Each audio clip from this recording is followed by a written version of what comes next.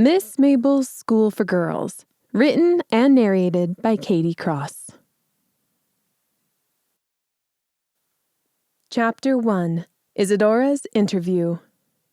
I stared at the lavender flowers on the white china and willed my heart to stop pounding. Papa's advice whispered through my head like the balm of a cool poultice, settling my nerves. Don't be afraid, Bianca. The old woman will perceive your personality no matter what you do or say. You can't hide information from a watcher. Let her remain in control of the conversation and things will be easier.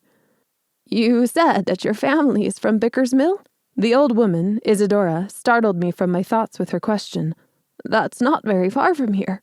Yes, I said, turning around to face her. I grew up in a cottage outside the village. Don't think about how important this is, I thought.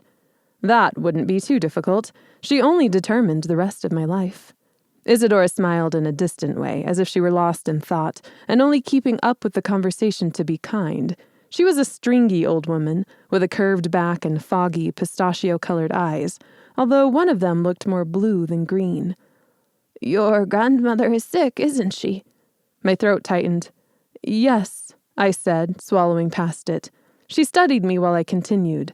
The apothecary said she may not have much longer to live. Well, I'm glad you were able to come here today so that I did not have to come to you. Living near the school helps me keep this part of Leadham Wood safe for the students. Now that school has started, I don't like to leave. I'm sure they appreciate your work as a watcher, I said, circling back around to face the tea set. Confidence, I told myself, even if she can see into your soul and it isn't very organized. My hands trembled when I set the fragile cups and saucers on the antique silver tray. Was that right? No, the teacups went on the plates. Or did they? Was I supposed to set out a fork for the little cakes, or tongs, or nothing at all? An interview I'd prepared for my entire life, and a tea set flummoxed me. This was a promising beginning. Deciding to leave the cups off the plate, I set them off to the side, lifted the tray, and turned to serve the tea. Isadora moved away from the window with a hobbled step while I approached the little table. Her quaint cottage at the edge of the trees aged with a quiet grace, decorated in an opulence that made me nervous, afraid I'd take one step too far in any direction and break something, like the witch's bottles hanging from one wall by strings of twine. A simple nudge and they'd fall, shattering, the whispers of their bottled incantations rising into the air like a mist. Despite her reputation as one of the most powerful witches in our world, Isadora lived a discreet life in the midst of her porcelain tea sets, of which she had many, and her white curtains. A buttery loaf of bread gleamed nearby, smelling of warm yeast and flour. Is this part of Leadham Wood dangerous? I asked, taking measured steps so I didn't rattle the china. Leadham Wood, the weather, my chances of survival at the school. I would have picked any of these topics for conversation. Anything to avoid the silence that meant she searched my soul, hoping to understand the secrets of my mind.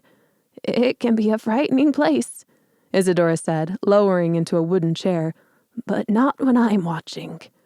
For all my precautions in getting there, the tray landed on the table with an ungracious clunk, and I murmured a nervous apology.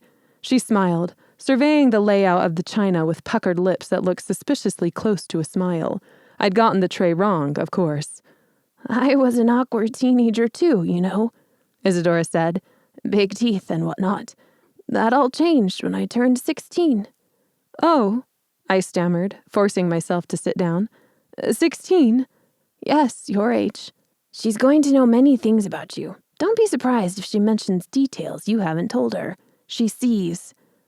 It's a wonderful age, she crooned before I could reply, lightly sliding her cup under her tea plate. I started learning how to control magic at a network school, though not Miss Mabel's School for Girls.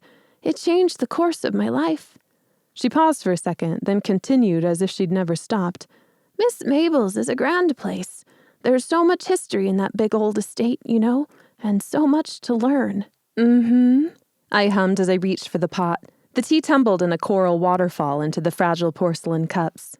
Steam rolled off the boiling liquid, filling the air. A drop or two slipped out, falling to the white tablecloth when I tipped the spout back. An instant stain spread. Miss Mabel's been teaching there many years, I said, quickly setting the teapot on top of the diffused pink circles, hoping she didn't see. My heart pounded. This wasn't the time for mistakes. Perhaps I'd spent too long perfecting the big things and too little on the mundane. Our eyes met for the first time. Isadora didn't smile, just stared into me with a troubled expression. I waited under the scrutiny of her gaze, my heart pulsing in my throat, making me sick to my stomach. Her worried expression had nothing to do with my inability to properly set out and pour tea. Isadora doesn't care about trivialities, Papa's voice reminded me. Yes, Mabel has been teaching for a long time. She finally took the offered cup to sip, breaking her intense study. She's one of the best teachers in the network. Her face scrunched a little, and I fought back a frustrated sigh. I had steeped it too long again. Herbal teas always stumped me. So I've heard. Mabel gears her teaching toward actions, not books.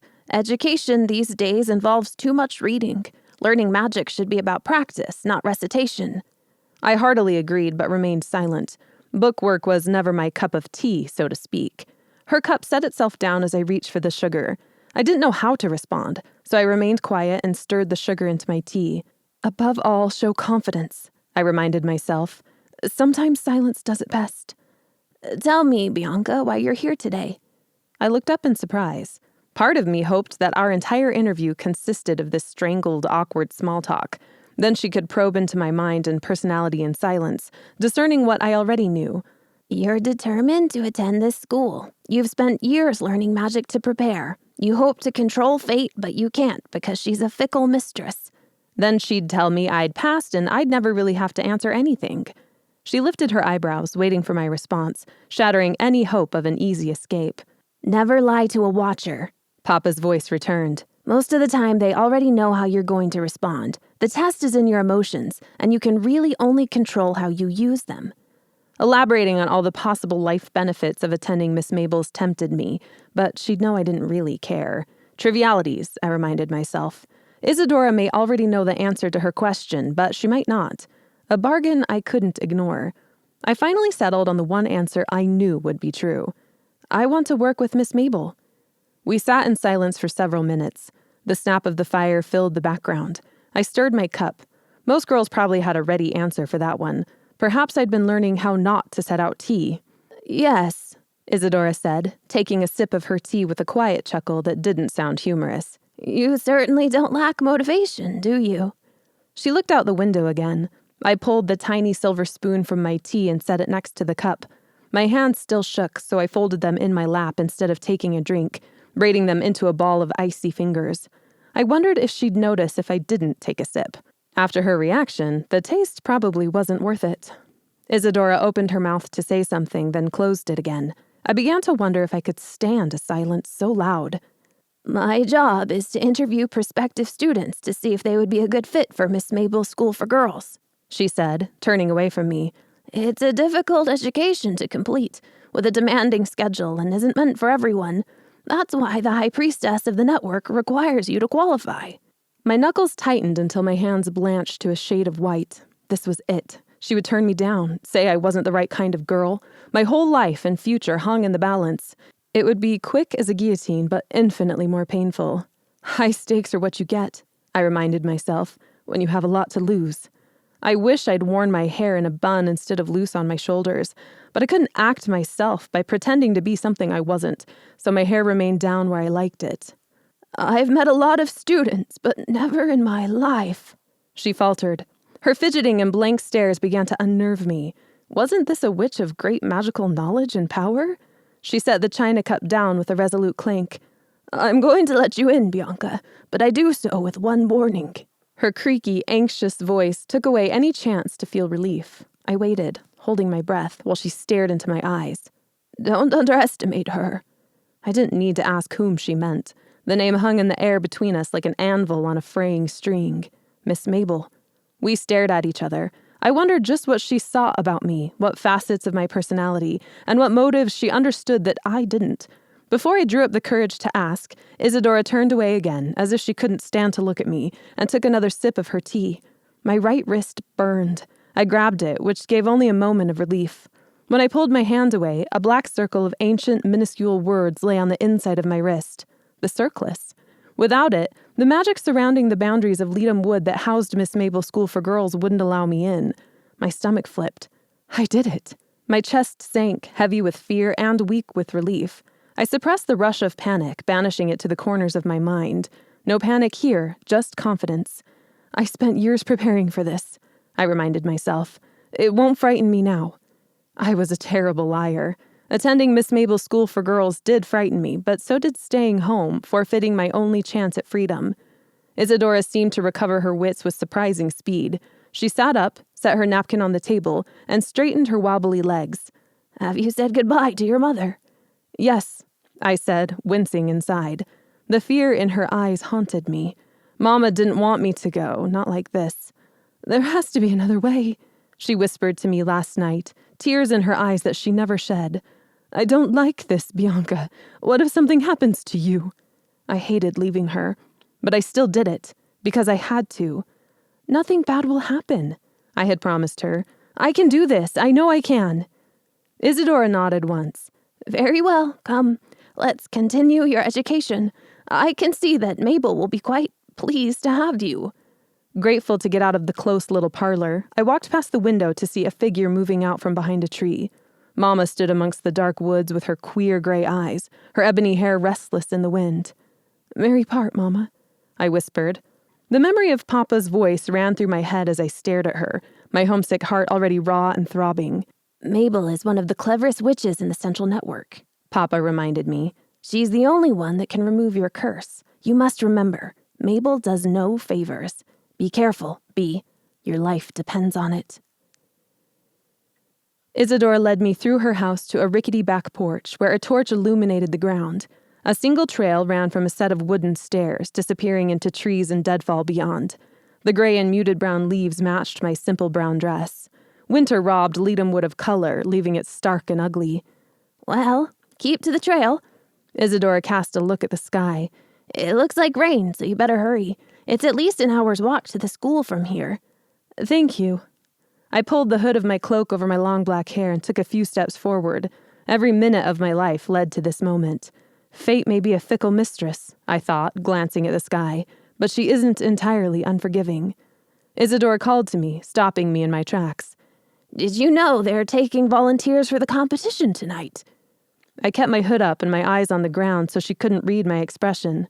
"Yes, I heard that rumor."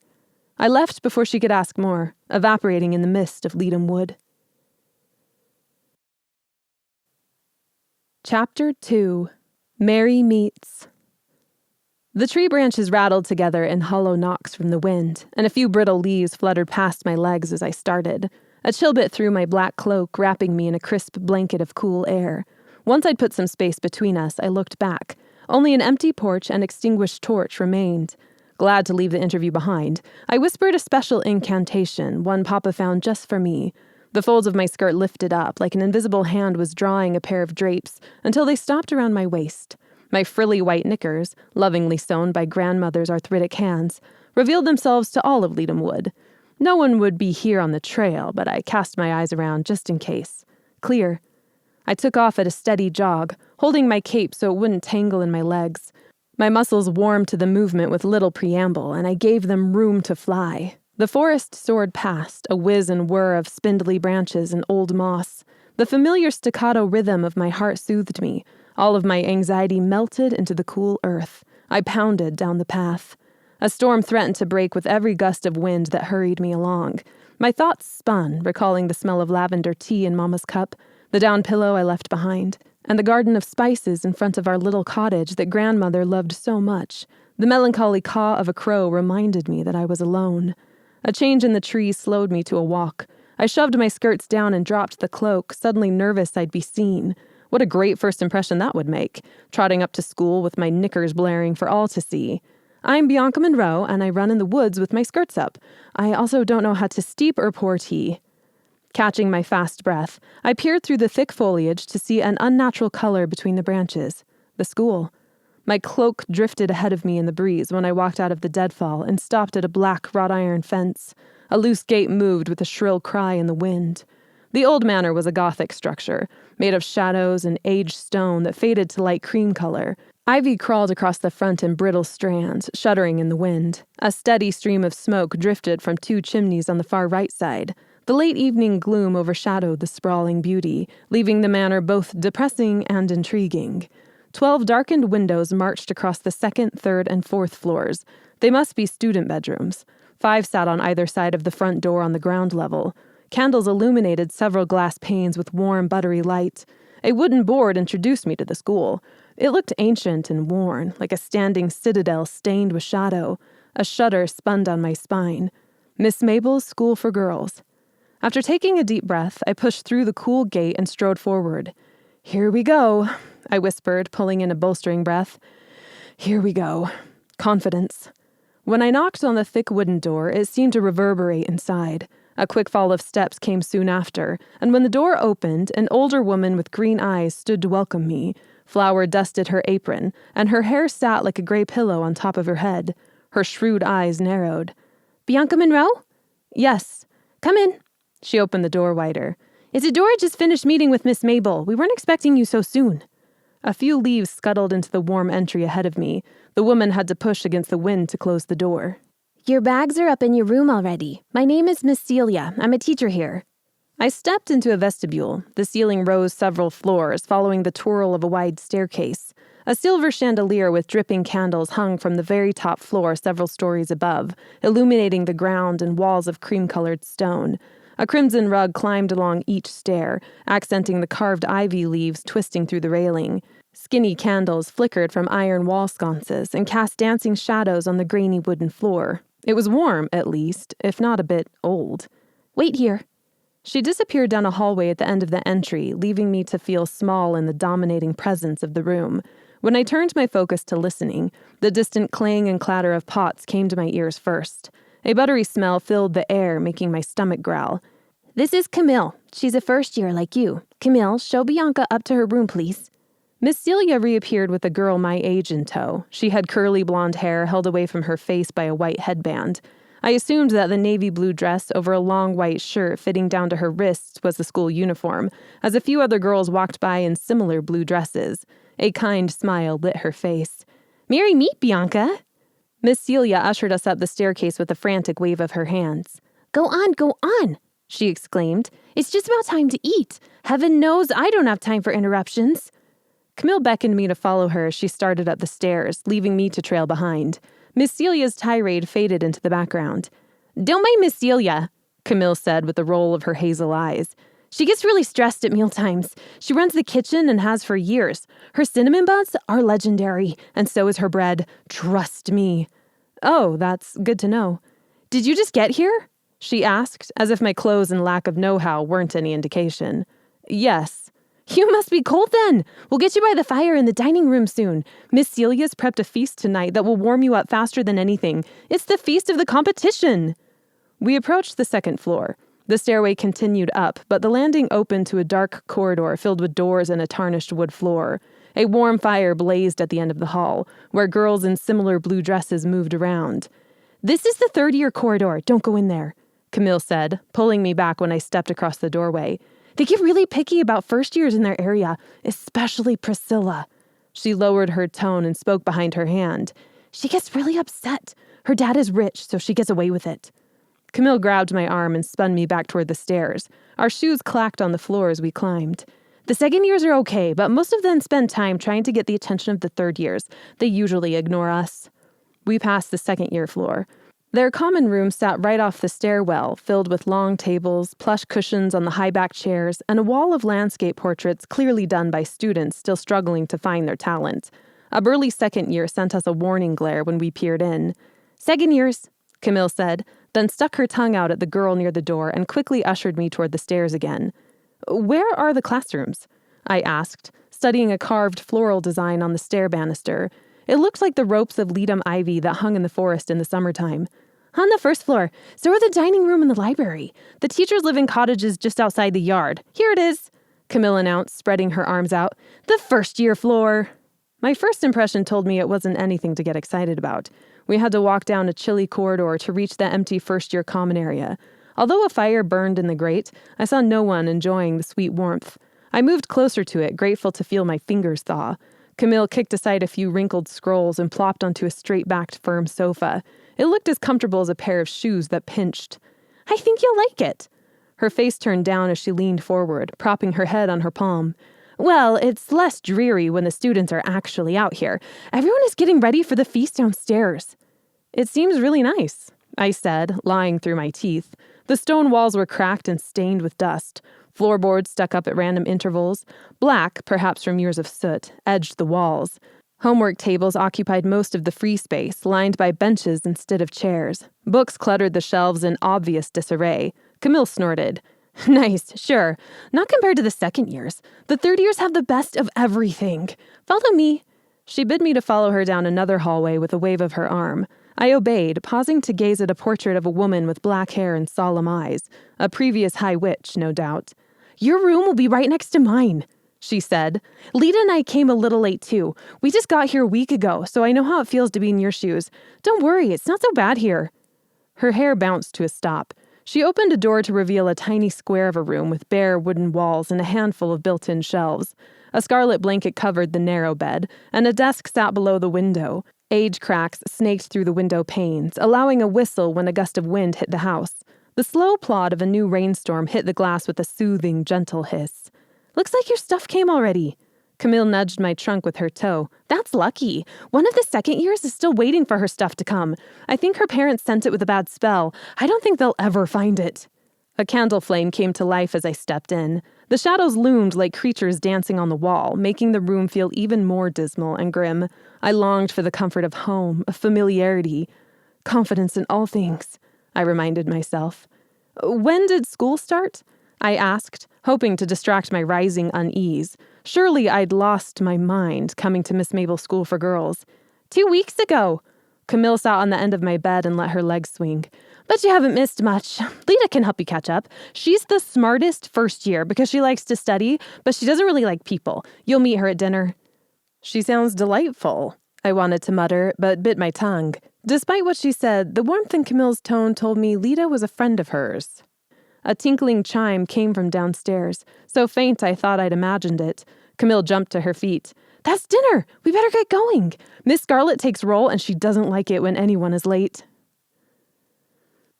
Just follow me, Camille whispered. We stood outside the dining room, peering in. 6 long wooden tables with benches filled the open area. A fireplace big enough to stand in warmed the room with crackling flames. Every spot at the tables was full, except for one in the back next to a girl with white blonde hair who appeared to be buried in a book. Are we going to get in trouble? No, but I hate it when Miss Scarlet singles me out. She's terrifying. Camille started into the room along the back wall at a cautious creep, and I followed close behind. The moment I stepped into the room, every eye fell on me like metal to a magnet. Fantastic. An entrance. Care to explain why you're late, Miss Duncan? A booming voice came from the front of the room. Camille halted with a wince. Yes, Miss Scarlet. Miss Celia asked me to show Bianca to her room before dinner. Camille stood at my side instead of retreating to her seat. I felt a moment of gratitude that she didn't leave me standing in front of the school alone. You must be Bianca Monroe, Miss Scarlet said, turning toward me. I just heard of your coming. You're a bit earlier than expected.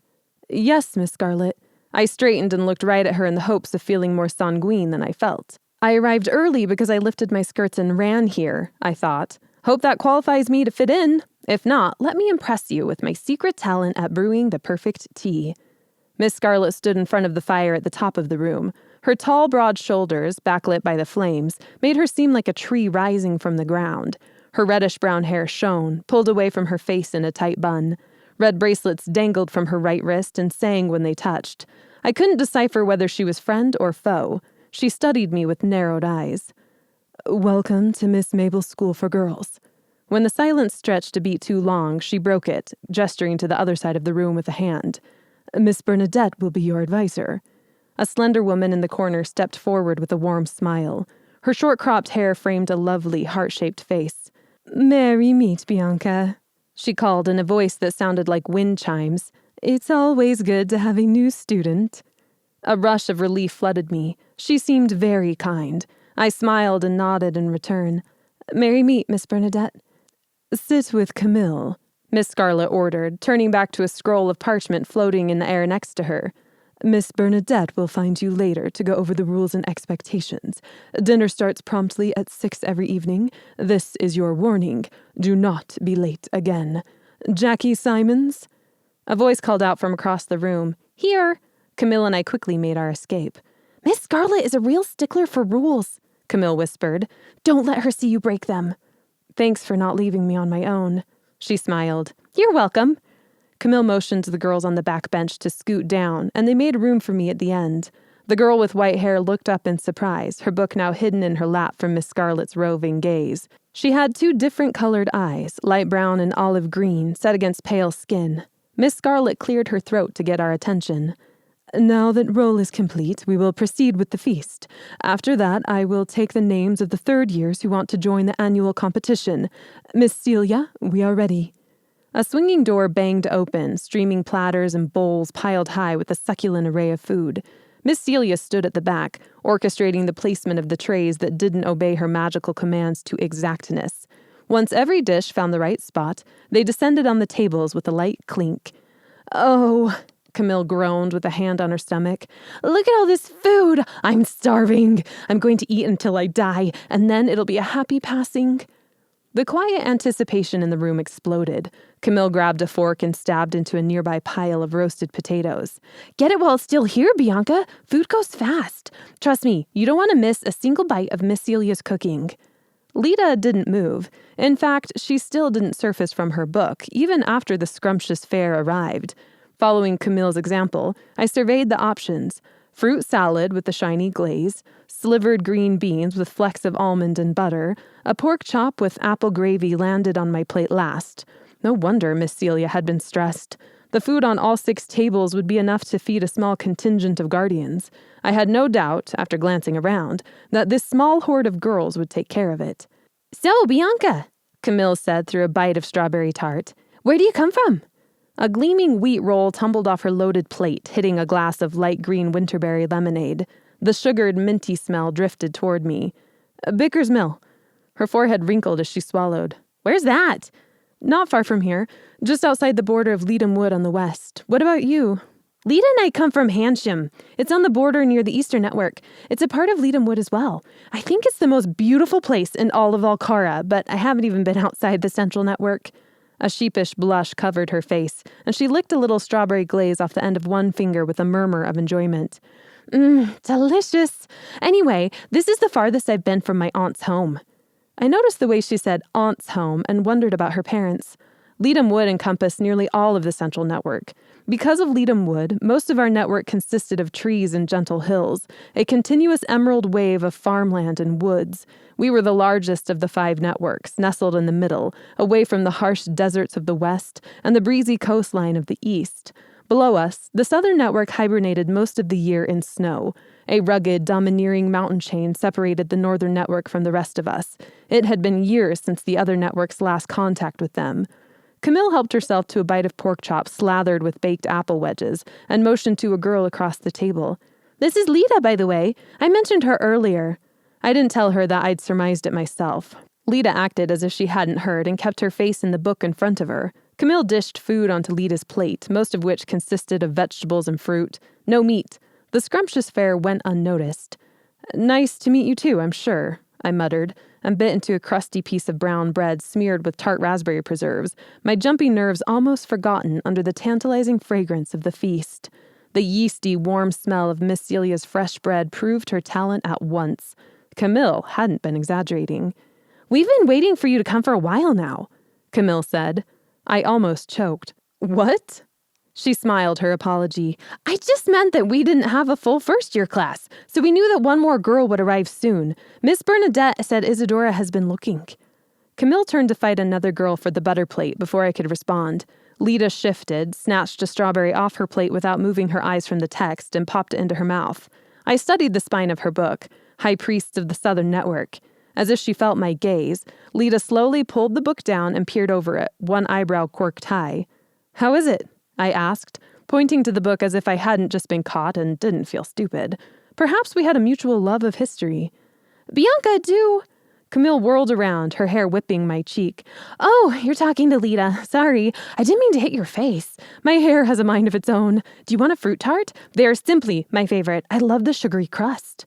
Lita disappeared behind her book yet again. No, thank you, I said, giving my brimming plate a quick glance. I don't have any room. Camille leaned toward a first year with large eyes and even larger glasses, asking her the same question. Using it as a chance to gain my bearings, I took inventory of the dining room. It was large, with scalloped edging running along the ceiling, and a sprawling mantel with the same ledum ivy carved into the wood. 36 girls, 4 teachers, and a calico cat perched near the fire. A typical size for a network-run school. There were 2 doorways, the swinging door into the kitchen and the double doors that led to the main entryway. Where is that old dragon Miss Mabel? I thought. Camille spun around, a berry-stuffed croissant slathered with a fluffy cream in her hand. Oh, Lita, guess what I found for you? It's your fave. She stopped with a little sigh. Lita had given up on the book and stared at the table instead, a glazed look in her eyes. Camille turned to me and held the pastry up. Do you like chocolate and strawberry? I don't think Miss Celia should have put blueberries in the sauce, but it still tastes okay.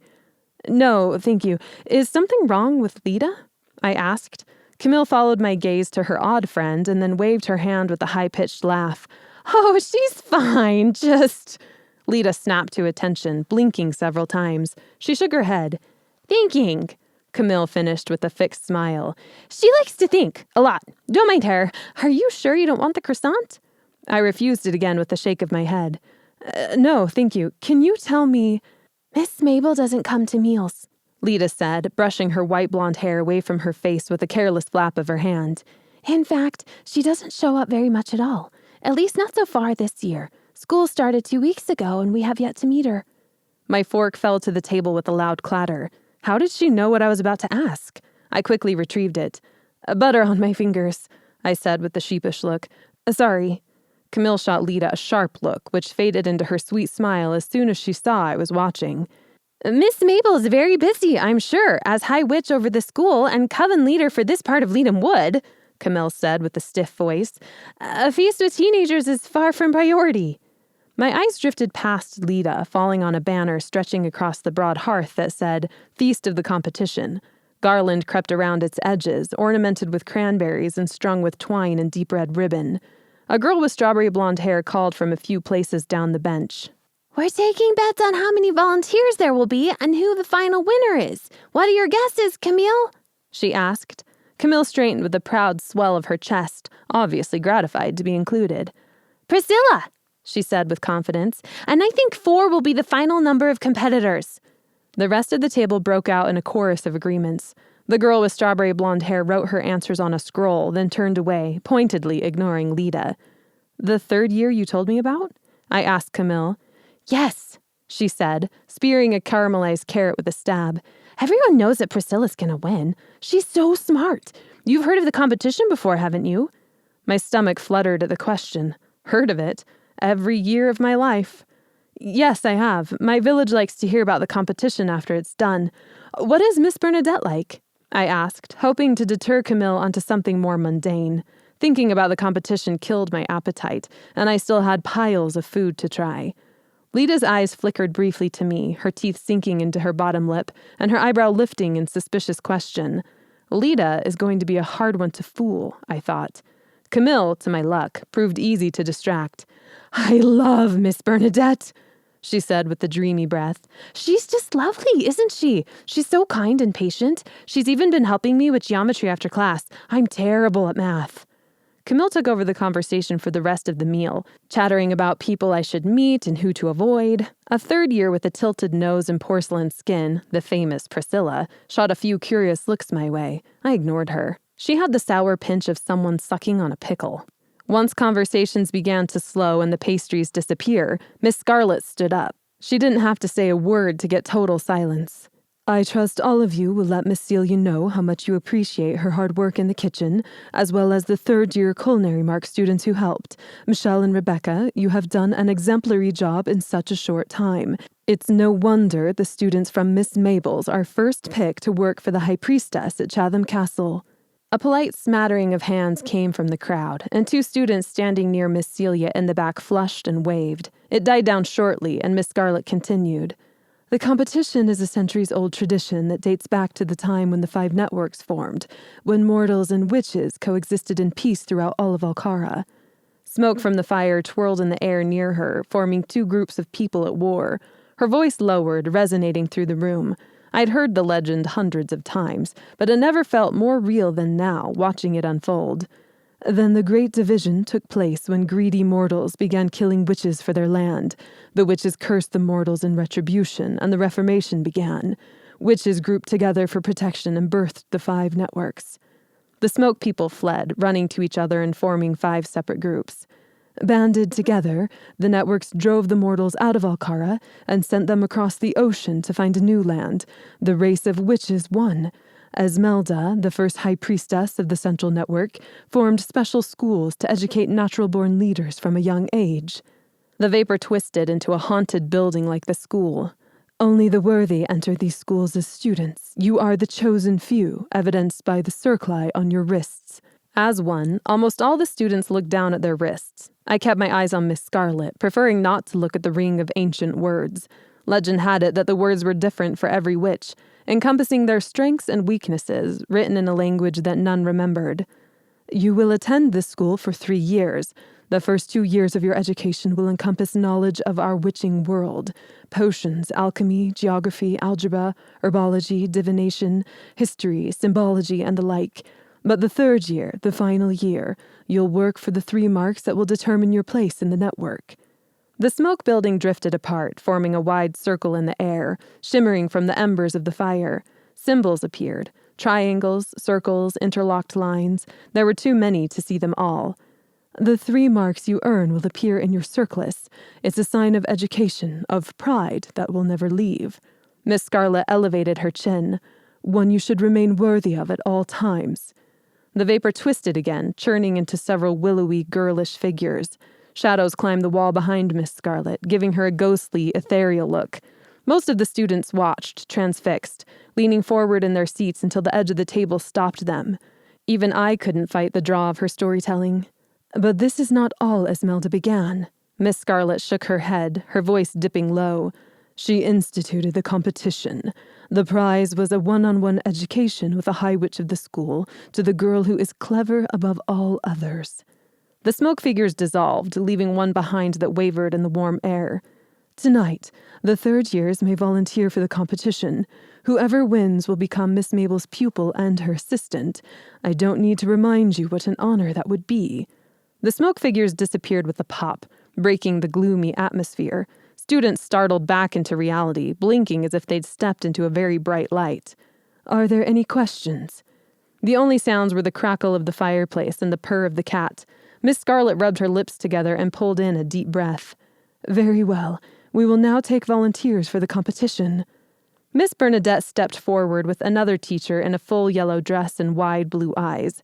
She had a rigid wooden smile and diamond earrings so long they touched her shoulders. If you would like to become a competitor, raise your hand now, Miss Scarlet directed. Priscilla's hand shot into the air first. She waved a lock of her long red hair over her shoulder, smiling at the 3rd years around her who made a sighing sound of support. Lita rolled her eyes and returned to her book. 2 more 3rd years volunteered.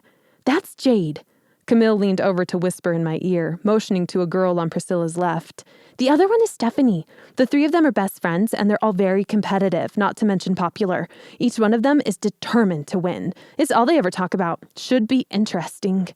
Ah, the 3 most well-known girls decide to compete against each other. This would be a bloodbath by the end, if their tight smiles and fake exclamations of delight meant anything. The burly, thick-shouldered girl named Michelle that helped in the kitchen volunteered next, unnoticed by most of the school still gossiping over the previous 3. Another silence settled on the room as every girl looked, waiting. My stomach gave an uneasy turn. A gasp of shock came from my left, and I turned to see a student raising her hand on the other side of the room. The girl next to her tried to grab her arm and pull it down, but she fought her off, resolute. I couldn't help but notice how her hand trembled. "What is Elena doing?"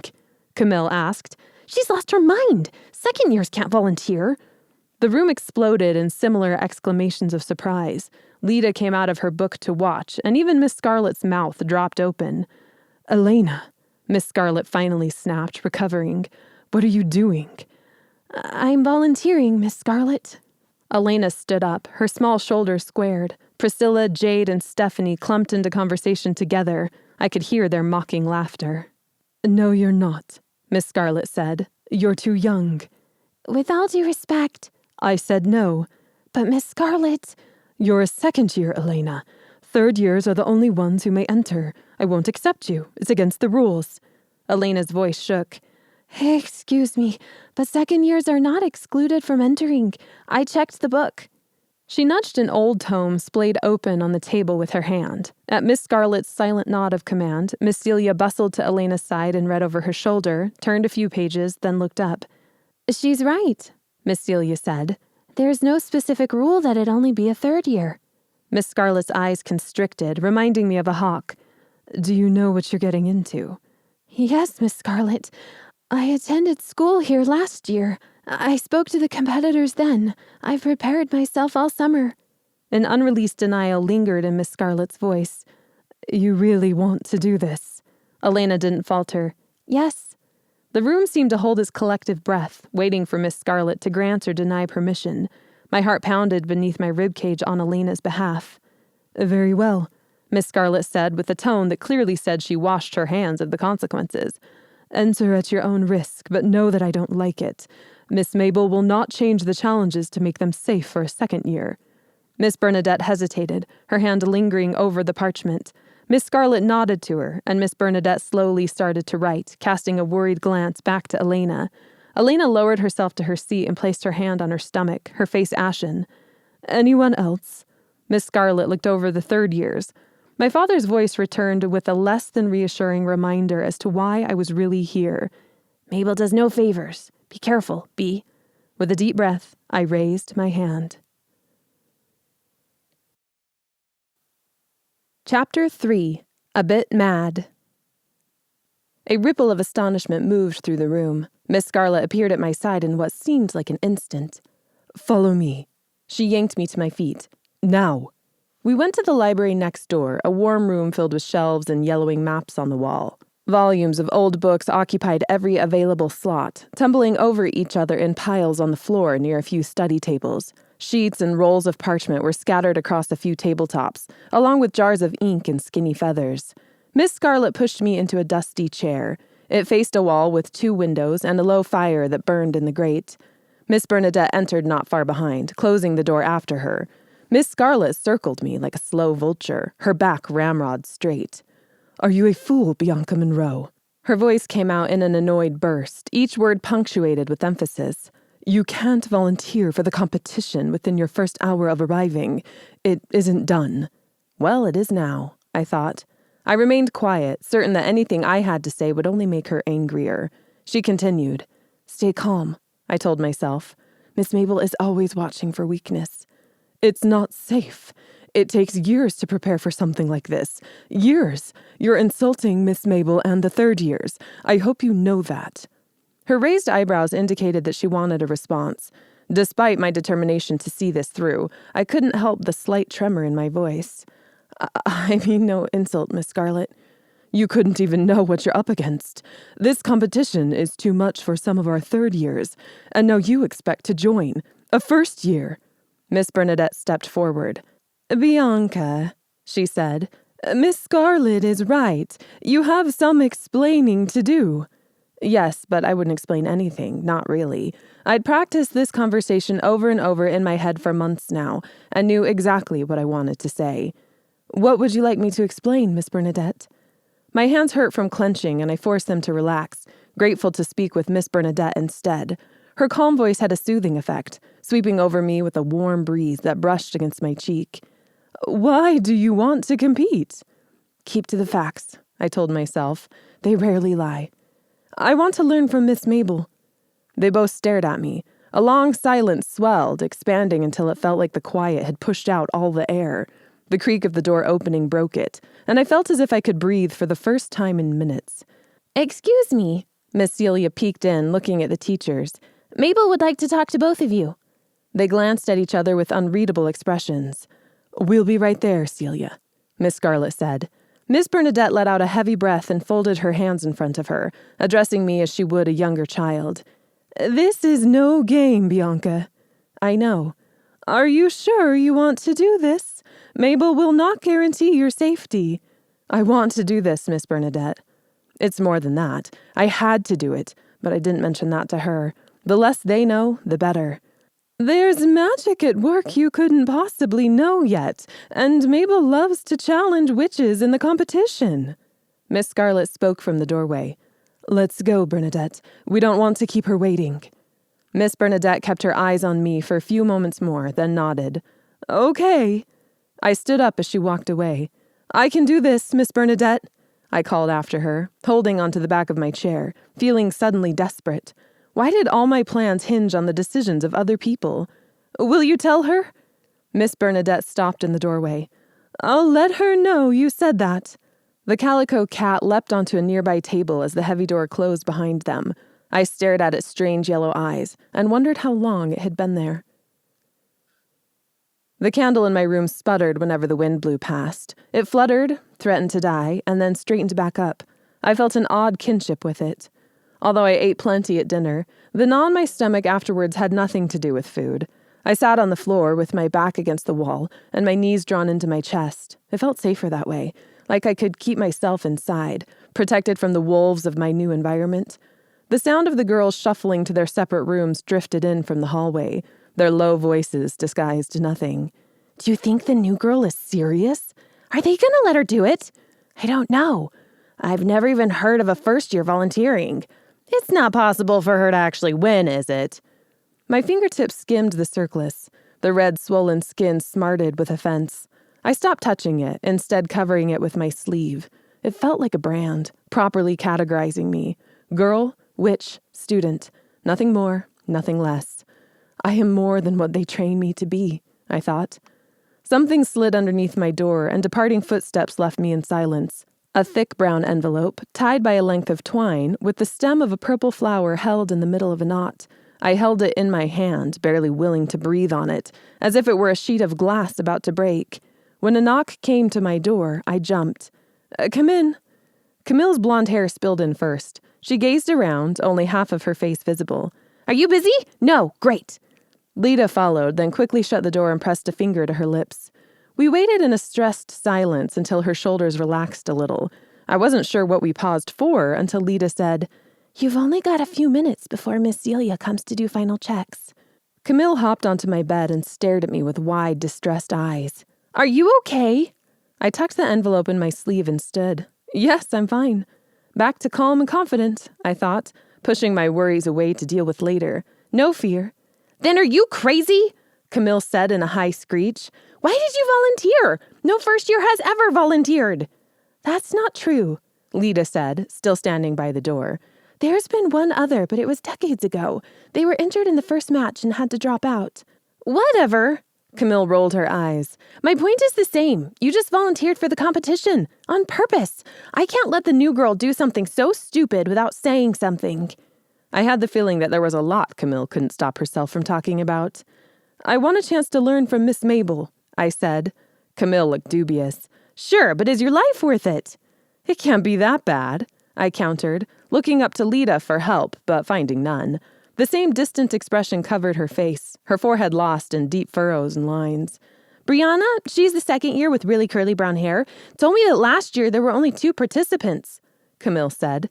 They left one morning after opening their envelopes and came back 3 weeks later. The loser had a broken leg. Camille leaned in toward me to emphasize her point. Broken leg. I'm sure that's a rare exception, I said with false bravado, my voice breezy. I won't break my leg. Camille huffed. Or not an exception at all. What do you think, Lita? Does she have a chance?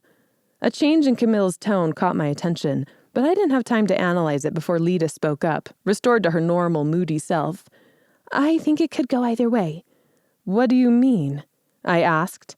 Lita didn't seem like the sort to give an idle opinion, and I needed all the information I could get. We have to go, Camille, she said instead, opening the door a crack and peering into the hallway. Miss Celia's on her way up. If she catches us, we'll get kitchen duty again. I just found a new book on the formation of the council during the early days of the networks. I don't feel like washing dishes. With that delightful book waiting, who would want to wash dishes? I almost quipped, but had a hunch that Lita would take me at my word. Camille stood and straightened out her skirt. Look, Bianca, I think you're a bit mad, she said, with more warmth in her tone than I would have expected. But you're also new. I know how that feels. We'll come by for you in the morning and show you to class. Thanks. I managed my first smile, a little humbled by her quick friendship. I didn't blame her opinion. I felt a bit mad myself most days. I'd appreciate that. After they left, I stared at the envelope in my hand and saw it tremble. Dearest Bianca, the competition you entered is no ordinary game. As a competitor, you cannot afford to be anything as boring as ordinary. This year, there are 6 competitors, meaning there are 3 matches in the first round. The 3 winners will advance to the second round, from which only 2 may go on. These 2 winners will compete in the final match. The result decides my next pupil and assistant. The first round will begin in 3 days as the moon rises.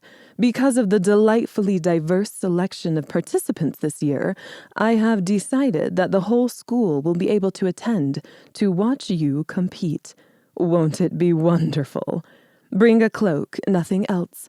Oh, and keep this in mind. A winner is by no means a winner who does not win it all. Good luck, my darling. Miss Mabel. Chapter 4. A Reliable Weakness. The next morning dawned bright but cold. Frost coated the window panes with spirals of ice. Outside, the grass had become a field of thousands of little white spears. I sat on top of my desk and stared out, my forehead pressed against the cold window frame. My eyes burned from lack of sleep. The candle had sunk to the holder in a pool of wax before the sun rose. Beneath it rested the letter from Miss Mabel. I stared past the frozen world, as if by looking I would see through the distance that separated me from my mother and grandmother. A low ache radiated from my chest, making my throat thick.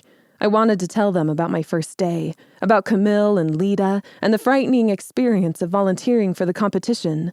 Later, I resolved, straightening my shoulders and banishing the morose thoughts.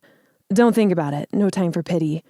The sound of a couple pairs of feet approaching my door brought me out of the reverie, and I slid off the desk just as Camille tapped on my door and called through it. "Bianca, are you awake?" "Yes, come in." Both Lita and Camille stepped inside. An old ratted bag with fraying seams sat on Lita's shoulder, strained by the books bulging inside. She took one look at me and lifted her eyebrow. "Did you even go to sleep?" It was her first display of any emotion outside the range of annoyance and obligation. I was so surprised I didn't know how to respond. "Rough night?" Camille asked, looking me over. A few girls walked down the hall behind her, their dark dresses and long white shirts flashing as they went. I'd been dressed for hours, too nervous to sleep. I hated waiting for the day to start, and spent the time reading a few books on defensive magic. Wrinkles creased my dress. "It's a lumpy mattress," I said with a weak wave of my hand. I didn't want to tell them that in my nightmares I failed the first challenge and had to kneel before Miss Mabel with blood on my hands. "I'll get used to it." "No." Lita shook her head with a grim purse of her lips. "You won't, but eventually you'll get tired enough you won't care." Something in her serious tone sparked my fatigued brain, and I laughed. Camille smiled, but it looked tight, as if she'd missed the joke and couldn't figure it out. The corners of Lita's lips raised. So she isn't made of stone, I thought. Camille fidgeted for a second. "Are you going to wear your hair that way?" she asked. I instantly took in their hair, pulled back into a tight bun at the nape of their necks. Mine fell down my back in a thick ponytail. "No, I was just about to put it up." Lita's eyes slipped down to the hem of my dress, where a pair of leather shoes from Papa covered my feet. The soft suede made it more like a slipper than a shoe.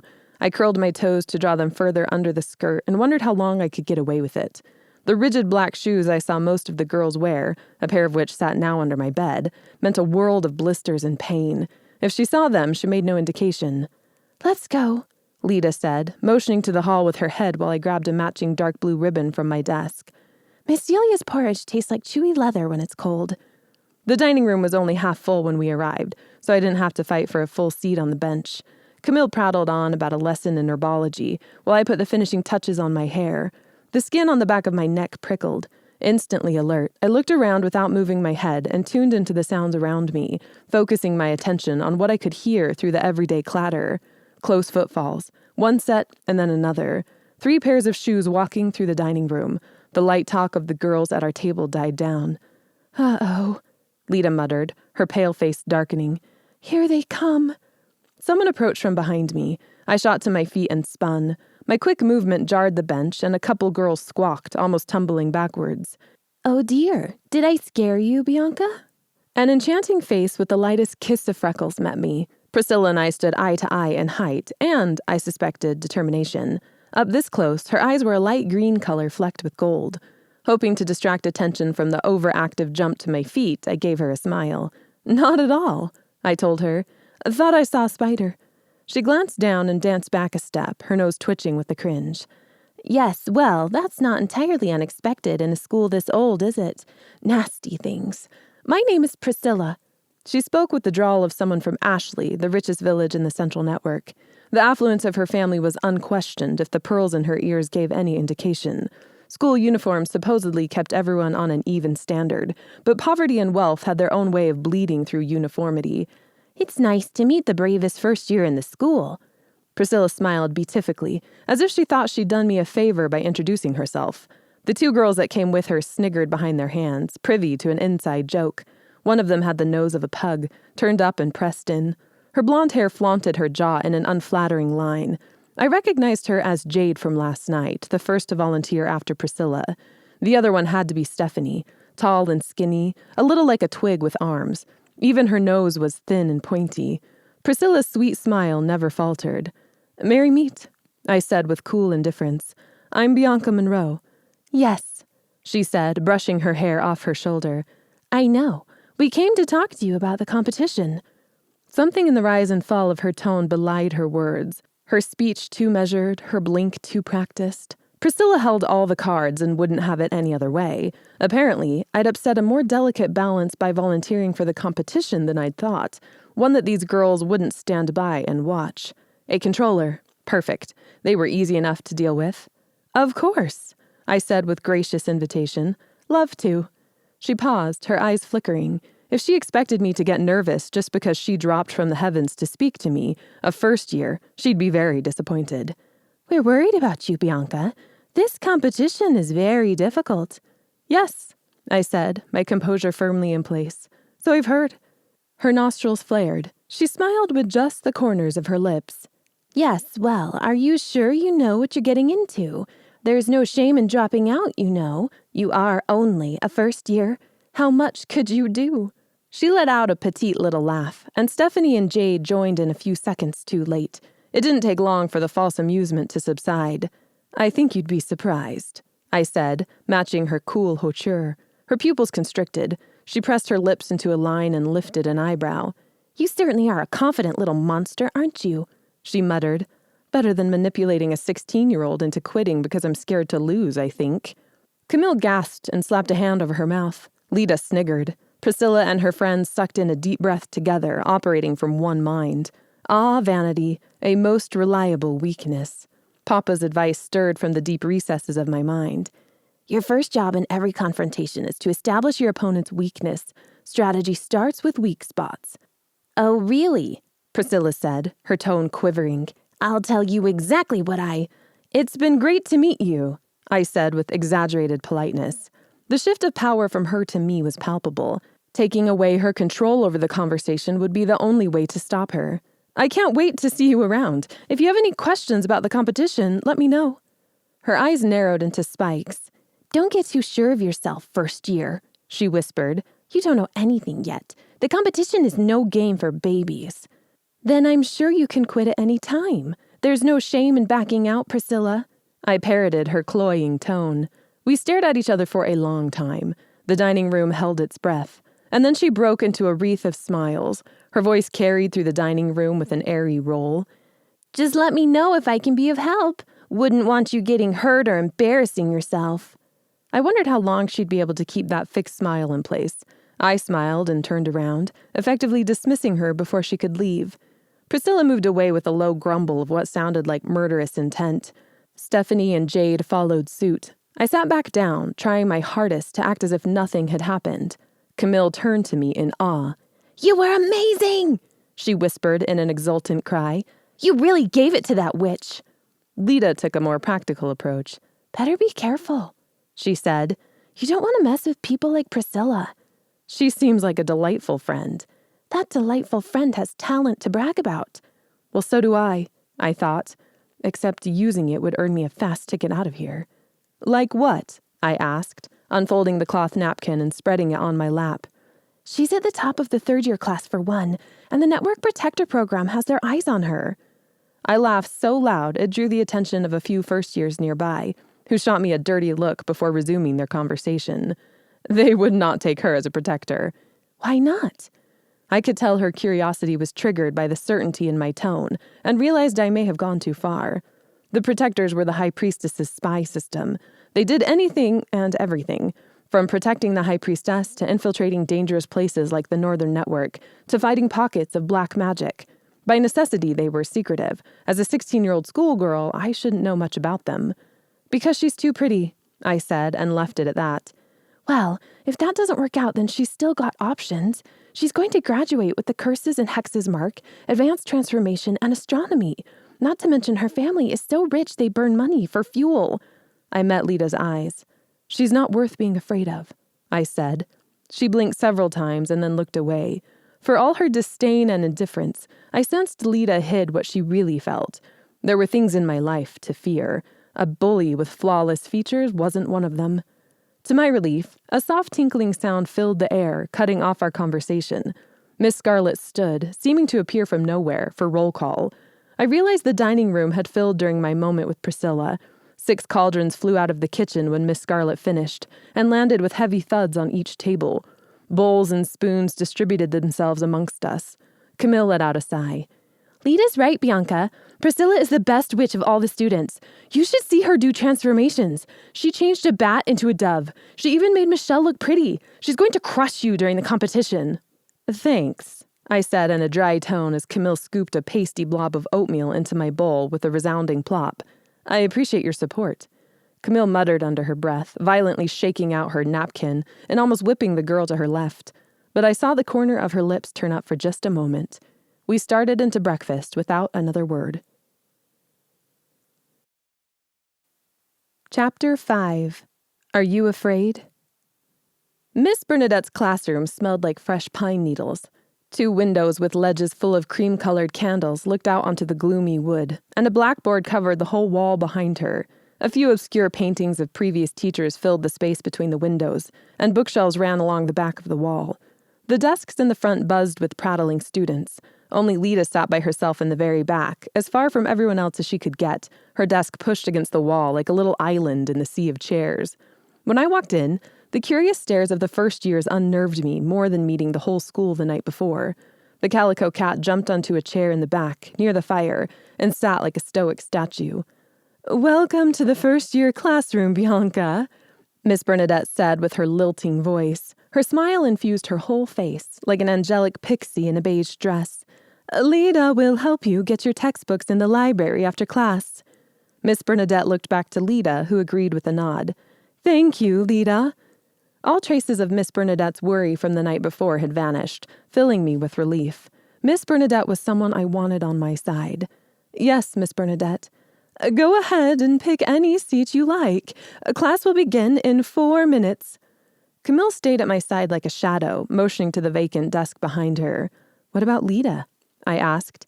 "Lita doesn't like people," she said. "She sits there for a reason." The girl sitting behind the open desk leaned forward and caught my eye. "Are you really going to go through with this?" she asked. She had smooth skin, the color of coffee mixed with cream. Her hair spiraled out around her in a halo of black wires. She was lean and wiry, moving with long, graceful movements. "Yes," I said. "No," I wanted to say. "I just thought I'd do this as a fun joke. Are you laughing yet?" A few other girls clued into our conversation and leaned toward us. "This is Jackie," Camille said by way of introduction. "Jackie, this is Bianca." "Oh, we all know her," Jackie said, leaning back in her chair with a surprisingly white smile. "I think the whole school knows this girl. Do you think you can win?" she asked. I wouldn't have volunteered if I didn't think I had a chance. My response had a bit more energy than I expected. Yes, I do think I can win," I said in a slower, more controlled tone. "I think you're a raving lunatic to even try," Jackie said with her full-lipped smile. "But I kind of admire you for it, too. You must have courage." I hated the surge of pride I felt at her words. Maybe she didn't know that there was a fine line between courage and lunacy. I felt like I flirted with it often, dancing with one foot on either side like a child. Except now I felt like I'd stepped fully to the side of lunacy, coming to school here and attempting the competition. Another first year piped up from behind me. She had a chubby face and spoke with a lisp. "Aren't you afraid of Priscilla, Jade, and Stephanie?" A sea of faces stared back at me. Here was my chance to establish a bit of solid ground against the opposition. "No, of course not." I laughed with breathy amusement. "Why would I be afraid of them?" The girl's eyes widened. "Why wouldn't you be?" she asked, dubious. "They know what they're doing. They're third years. I think Priscilla will win." "I've seen the transformation she can do," Jackie said with a low hum of agreement.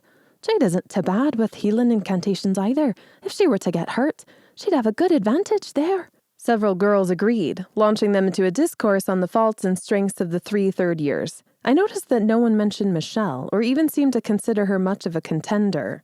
Stephanie didn't seem to have one area of magical strength, just a general ability to perform most incantations. Priscilla, it was unanimous, would win. I listened, trying to absorb any information that could later give me an advantage. "What about Michelle?"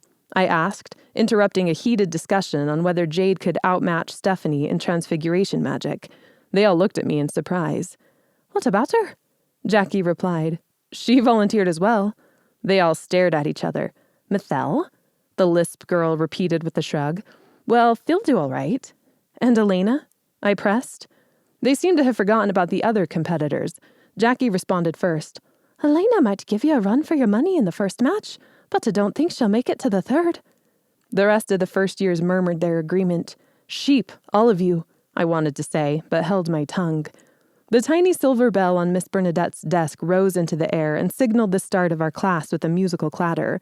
Through the shuffling of girls turning around and pulling out books, I heard Lita's quiet laughter from the back of the room. I glanced over my shoulder, unable to imagine what she found so funny, but couldn't catch her eye. "Bianca, take a seat. Everyone, pull out your blue books, the one titled Essays on Incantations and Their Importance in the Network." I moved to the desk behind Camille and slipped into the seat. The cat purred itself to sleep on the hearth behind us, and my first day at Miss Mabel School for Girls began. Chapter 6. Predictions and Possibilities. "These are the textbooks we use the most. I'm afraid there's only a few old, tattered ones left over, but you can deal with it." Lita's less than sympathetic words as she scoured the library shelves came from inside a rather large bookshelf, where her head had disappeared in search of a missing page. A stack of worn-down, ancient books grew in size as she pulled the volumes down from her perch on an old rolling ladder. I noticed someone's old grimoire amongst them and shuffled through the pages of handwritten spells and notes on potions. Grimoires were my favorite. I loved learning what magic the original owner knew, what secrets and spells they passed on, like a magical diary. The library was made up of 2 floors of books, with a short walkway ringing the second floor, accessible only by a twirling, rickety staircase. Hazy murals covered the ceiling, coated in a film of dust. It smelled musty, like old paper and ink. A few second years sat around the fire, bent over rolls of parchment. They gazed at me every now and then, but looked away before I could make eye contact. It was a droll celebrity status I had attained my first night here. They looked, but never spoke. While I found it easy to ignore for the most part, their constant stares and whispers were quietly unnerving. "Thanks for your help," I said. "Don't thank me yet," Lita replied, reappearing with a poof of dust and the lost paper in hand. "We haven't even started catching you up." I eyed the books. Mr. Gulliver's Guide to Potions sat on top of Topography of the Central Network. "I'm sure it won't be too bad," I said with little conviction, hoping it was true. Sitting down to study felt like a special form of torture. Growing up, most of my education occurred outside, in the dirt and fresh air. The idea of restricting myself to books and worksheets seemed less than enticing.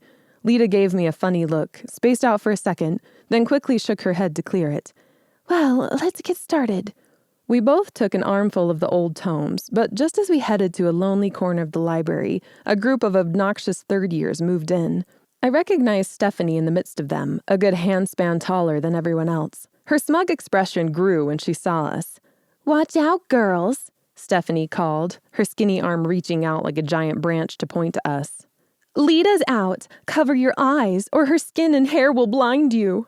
The third-year students let out a burst of tittering laughter. Lita rolled her eyes. "Let's just go to my room," she said under her breath, avoiding eye contact with the older girls. Don't look right at her, called another amidst the laughter. It's like looking into the sun. I sighed, watching Lita's neck flare to a bright red color. Are you going to say something? I asked. What would I say? She retorted. I am really pale. I shot her a dismayed look. You're just going to let them win? I asked. She stared at me in response. If you aren't going to say something, I will. Lita shrugged, staggering under the weight of the books. Go right ahead. I'd love to see you try to put them in their place. I had a feeling her willingness came more from a desire to see me fail than to see Stephanie cut down to size. The way she emphasized the word try left little doubt. The gauntlet thrown, I couldn't back down. If Lita wouldn't stand up to the third-year bullies, there was no reason for me to leave without taking a swing. Following Lita's example, I turned to depart from the library, smiling at Stephanie as I approached. Her amusement wavered, dwindling into a confused question mark on her face.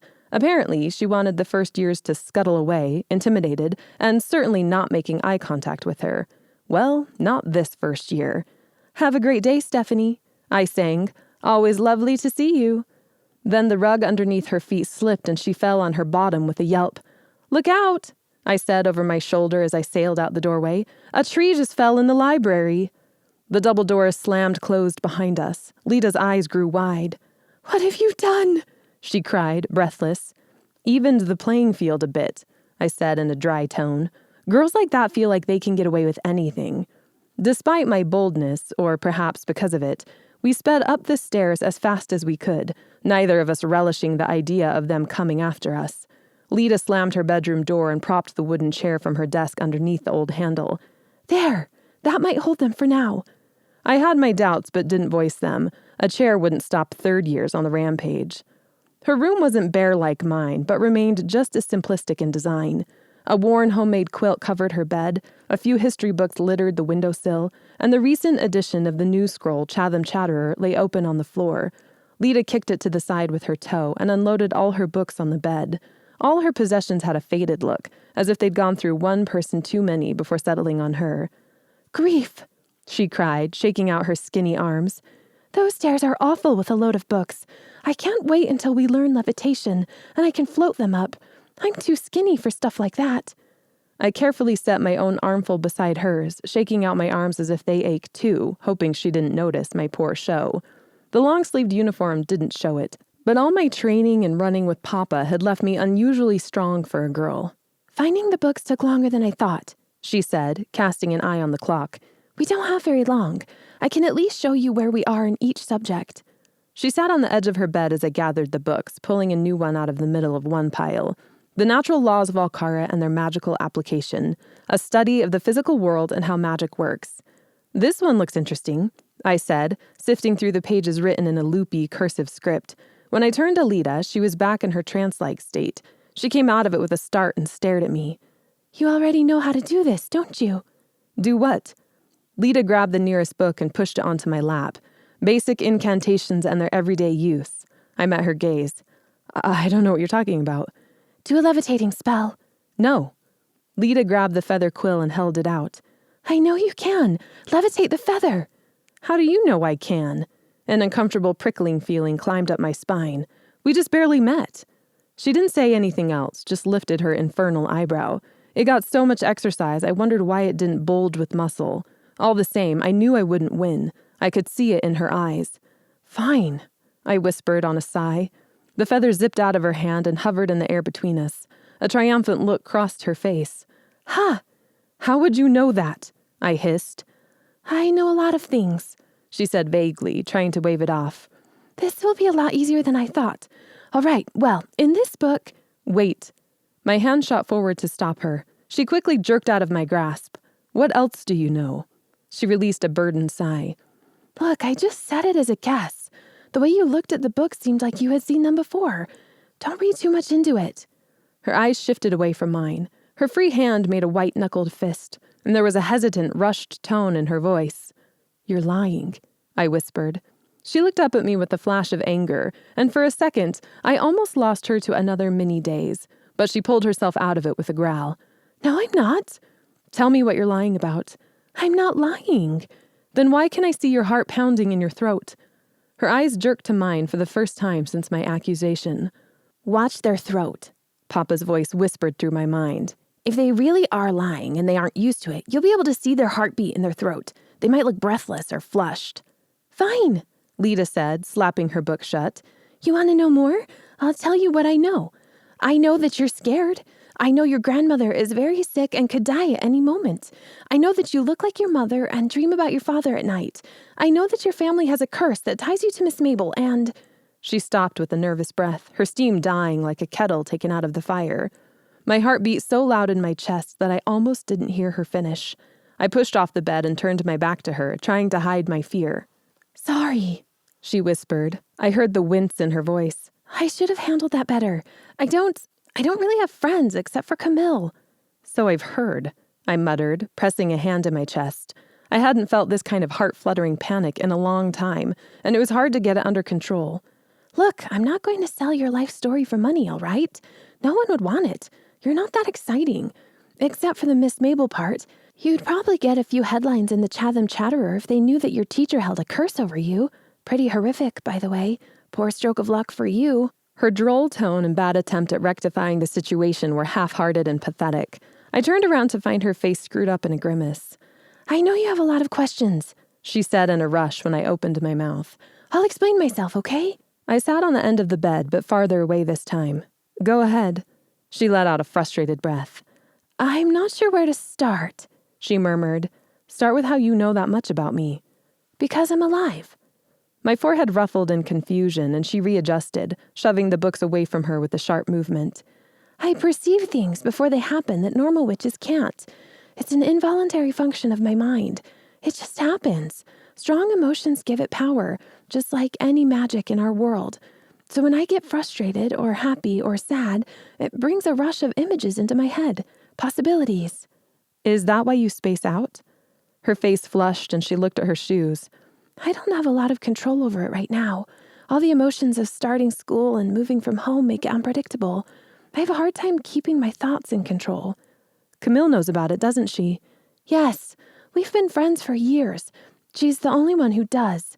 She gave me a pointed look, a warning to keep her secret. I won't tell either, I promised, to put her at ease, knowing I wouldn't get answers if I didn't. Thanks, she said, looking down again, clearly uncomfortable. She really didn't know how to have friends. Not even Miss Bernadette? I asked. No, she said forcefully, reddening again. I don't want her to know either.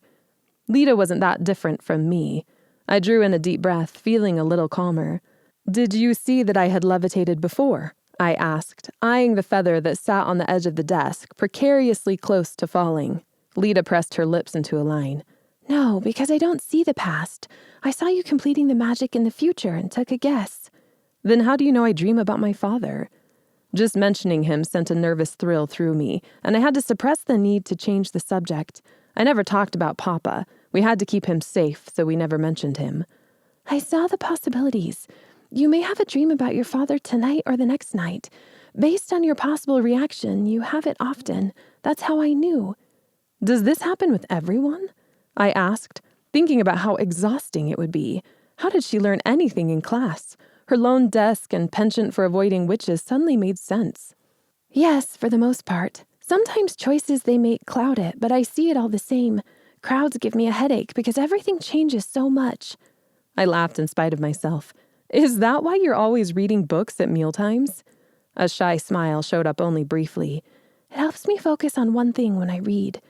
You'll probably have the whole library read by the time you graduate. I plan on it, she said in a serious tone, taking me by surprise. Apparently, Lita had more aspirations than I had given her credit for. I couldn't help wondering what her foresight could mean for me in the competition. Is what you see guaranteed? I hope she didn't hear the edge in my tone. When it's in the very near future, Lita shrugged, leaning back against the wall, stretching out legs covered with the thick white stockings that enslaved us all. I mean, within minutes, then what I see is pretty certain. Miss Bernadette is going to come back to the school from her cottage in a few minutes, for example. As time passes, the options narrow. Everything else I see is just something that could happen. It was difficult to know what to say. My initial horror had faded because she didn't seem malicious. We sat there for several minutes in silence. Were you born with it? I finally broke the quiet. No. Someone cursed me." Stunned for the second time, I just stared at her. I'd never met another witch my age with a curse. Having a curse was like having a disease, ostracizing and terrifying. Everyone assumed you had it because you did something wrong. "What? You're cursed?" "No, it wasn't Miss Mabel," she said, anticipating a question that hovered on the tip of my tongue. "It happened when I was a baby. My father made a stupid decision and hurt a friend. His friend cast a curse on me in his anger. I believe his friend really thought he was doing my father a favor, giving him a daughter that could see possibilities in the future to stop him from making any bad mistakes again. But it's far from that. It's a nightmare." "Oh." "Don't worry," she said quickly. "My father is a great witch now. That's all it took to shape him up." I managed a smile, and she looked away with another sheepish blush. "His friend won't take the curse away?" I asked. "The man died. He had no family or relatives either that would be able to remove it after he passed." She spoke about it with an ease that I envied. Sometimes I wished my curse could just be something in the background and not an existing presence, looming just above me with its hands around my neck. "I don't want anyone to know about my curse, so why are you telling me about yours?" Her reply was simple and wry, as if she wasn't sure whether she'd come to terms with it or not. "Because we could be great friends." Something about her strange eyes and white hair made me like her. Lita was all edges, like a broken piece of glass, but it worked for her. "Aren't you going to ask me the most important question of all?" she asked. I understood by her tone exactly what she meant. "No," I stated with the firmness that took both of us by surprise. "You don't even want to know what could happen at the first match of the competition?" I came to my feet, uncomfortable with the temptation. Of course I wanted to know, but what if it showed me losing? Knowing what could happen would play with my mind, and I'd become obsessed or paralyzed by what she saw. "No, don't tell me. I won't tempt fate. If I win, it has to be because I did it on my own." "Good for you," Lita said in a quiet voice. A new glimmer came into her eyes, and I hoped, for the first time, that we really would become great friends. A knock came at the door, surprising both of us. "Miss Bernadette," Lita murmured. She went to the door and pulled the chair away. "Come in." The door creaked open, revealing Miss Bernadette's warm brown eyes and heart-shaped face. "Hello, Lita, Bianca." I stood, our voices echoing the same words in sync. "Miss Bernadette?" "I'm glad I found you, Bianca," she said, breathless and flushed. "I've been looking for you everywhere." "Is something wrong?" "Miss Mabel moved the time of the match." My stomach dropped, already guessing what she was about to say. "It's tonight. The first match is tonight after the sun sets." Chapter 7. Play It Smart. I felt an odd sense of calm when Miss Scarlet called us forward. "All right, competitors, I have your envelopes." The fading blue tones of twilight, normally so calming, put me and everyone else on edge. 6 torches flickered in a line along the wrought iron fence in front of the school. Beyond their circle of light, the forest faded into black. Our breath misted out in front of us as we waited. The entire school stared at our backs only a few steps away. I got the sense that they weren't the only ones watching. To my right stood the only second-year volunteer, Elena. Her clenched fists and compressed lips made her seem a formidable opponent, despite her petite body and pale face. She met my eyes for a second and then looked away. Michelle lurked to my left with her stocky, broad shoulders. Her lips and nose were too big for her face, making her eyes look small and beady. She hunched her shoulders forward, as if she was trying to make herself small, out of place in a world so far from her usual work in the kitchen. Priscilla, Stephanie, and Jade stood together several paces away from the rest of us. Priscilla caught my eye and sent me a little wave and smile. A heavy cloak lined with white fur framed her porcelain face, and her red hair fell in perfect curls onto her shoulders. If the mocking laugh that followed her gesture hadn't come soon after, it would have almost looked kind. I acted as if I hadn't seen her. "Focus, Bianca," I thought, sucking in a calming breath. "If you don't think about failure as an option, it won't be." The students chattered like nervous chipmunks in a huddle by the back door. Miss Celia attempted to calm them by handing out steaming mugs of cider and cinnamon sticks to stir with. I wished I had one to wrap my cold hands around to quell the nervous ache in my belly. The blonde second-year advisor, Miss Amelia, stood with Miss Bernadette in quiet conversation off to the side. Once we left, Miss Scarlet would tell the students our challenge. For now, they were as blissfully ignorant as the competitors. All sound dropped from the air when Miss Scarlet stepped into the rings of torchlight. I straightened up. 6 familiar envelopes filled her hands. "The match begins as soon as the envelopes are open, not a moment before," she said, swiveling to make eye contact with each one of us. "Good luck." She threw them straight out, and they headed toward us with all the velocity of a dart. I caught mine with a flinch. Miss Mabel's familiar wax seal sat on the flap. I tore through it, almost dropping the envelope when something gossamer drifted out. It was a butterfly, made out of a sheer substance, like a wisp of smoke. The wings shimmered green and blue, like a rolling ocean wave. It stayed in front of me, hovering a few inches from my face. I studied it for several moments before remembering the letter. "Dearest Bianca, I always look forward to these matches, but never more than when a first-year volunteers. Since this is your first match, I would like to give you some advice. Play it smart. Each competitor is paired with one another. Whichever witch out of the pair finds her individual butterfly first will win. The butterfly you see is specific to you. Your objective is to find and catch it before Michelle discovers hers. If you find your butterfly and return to the school first, you will advance to the second round and Michelle will not. Sounds simple, doesn't it? Another piece of advice. Nothing is ever what it seems. Your doting teacher, Miss Mabel." I glanced up at Leadham Wood with an uncertain eye. Nothing in that forest would make this as simple as it sounded. The eerie darkness crept about like a lazy fog, filled with unknown shadows and creatures you couldn't always anticipate.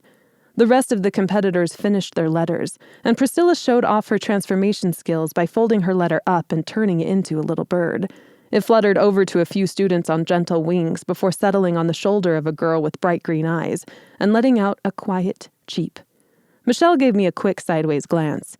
Her silver butterfly sparkled with every move. Mine fluttered in a circle around my head and finally faded from view. I closed my eyes to block the students out. When my thoughts gathered together, I could hear the whisper of my father's voice in my mind. "Magic is nothing but the reorganization of elements. Because you change the way things are, it leaves an impression behind." My butterfly was magical, which meant that as it flew, it would leave an impression.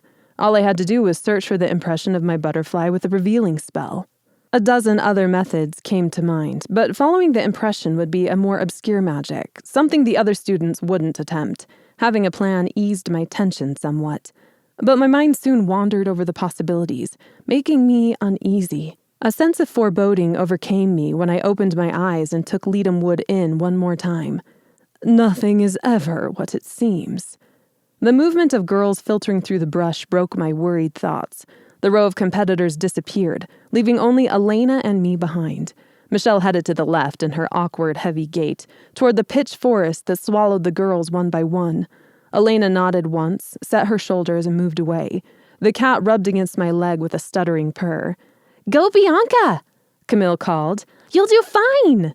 A few twigs cracked beneath my feet when I started forward. The chilly air hurt my throat. When the darkness of the tree line hid me, I turned around. The sense that someone watched from the shadows increased. The hair on the back of my neck stood up. The drapes in the largest of the 4 attic windows stirred and fell back into place. Light from the torches faded fast. Stumbling over tree roots and stones in the darkness kept my pace slow. Even the stars couldn't poke through the bare canopy. Without the moon as a guide, it was impossible to keep my bearings. When the lights of the school lay far behind me, I stopped and listened. No noise, not even the rustle of a bird's wing. It was unnatural, this quiet gloom. Willing myself to not think about the ghoulish possibilities, I grabbed a handful of dirt and whispered the revealing incantation Papa taught me at 8 years old. My fingers opened one at a time, revealing a mound of white sand, the perfect tracker. When I blew on the pile, it billowed out like a muted powder. The cloud spread, thinned out, and drifted higher. Then it disappeared into the treetops without a trace, detecting no impression. If my magic had left a trace, the sand would have turned a bright blue color and lingered. Any other color would indicate a different witch. A magical impression was easy to miss. I could saunter right past it, send out the detection powder a few steps away, and miss it completely. It may not spread far enough, or the impression could be old enough by the time I found it that a powder wouldn't change. This isn't a good plan, I thought. Good plan or not, I didn't have a choice. I had to press on while thinking of something better. Branches raked my skin when I passed through their gnarled, spiny fingers, seeking the next spot to send out the revealing spell. I repeated the same ritual an innumerable number of times and never stopped moving. The night air crept in with cramping chill, making my movements sluggish, like a toddler scratching at the dirt with chubby fingers. Once bent, my stiff fingers had a difficult time unfolding. I blew onto them with no avail. "Cursed night," I muttered. And then a noise came from the right. I stopped, crouched on the balls of my feet. A panicked rush of blood hurried past my ears, making it difficult to hear. My mind raced. The noise could be anything, or nothing. No, not nothing. Whatever it was, it moved fast. "Don't panic," Papa's voice whispered in my ears. "When you feel fear, never panic. Fear's an ally. It tells you something is wrong, like pain. Think through it and be calm. What is it? Where is it coming from? What assets do you have?" My breath evened. Think through it.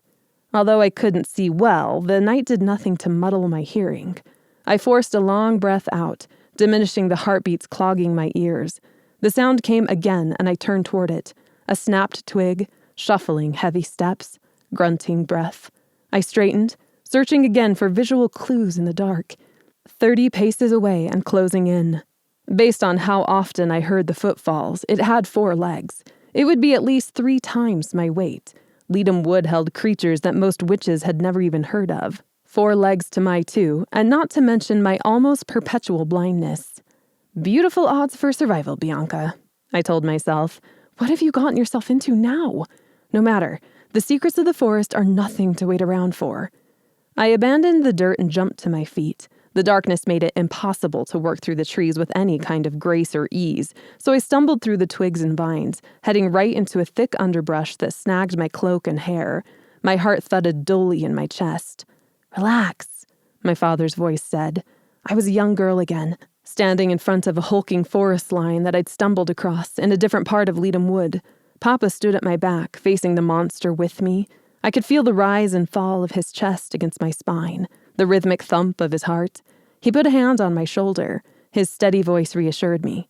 Papa had no fear, but my hands shook with every raspy breath the lion took. "Breathe deep," Papa said. "Think. Don't panic. Just relax. Keep your shield out in front of you. Yes, good. Just like that. You know how to fight if you have to. Use the skills you have, but only if there is no other choice." This time I didn't have a shield, and Papa didn't have my back. Use the skills you have. I skidded to a stop on a carpet of leaves, turning my ear to the direction I'd just come from. This time I felt the creature before I heard it. The ground pulsed beneath my feet in a fast, staccato rhythm. Running. Batting aside a spiny twig, I ducked around a large oak and pressed my back to it. Running would only guarantee an injury, not an escape. I slid down the tree and groped around until my hand closed on a thick fallen branch. I hefted it, feeling only a bit better with a weapon in hand. 20 paces. Another noise came from my right. I froze, hearing an uneven, gasping sound, and waited several seconds to see if it would come again. When it repeated, I paused, wondering if I should call out. 15 paces. My hesitation won when I realized it could be a competitor. "Hello?" I called, crouching down.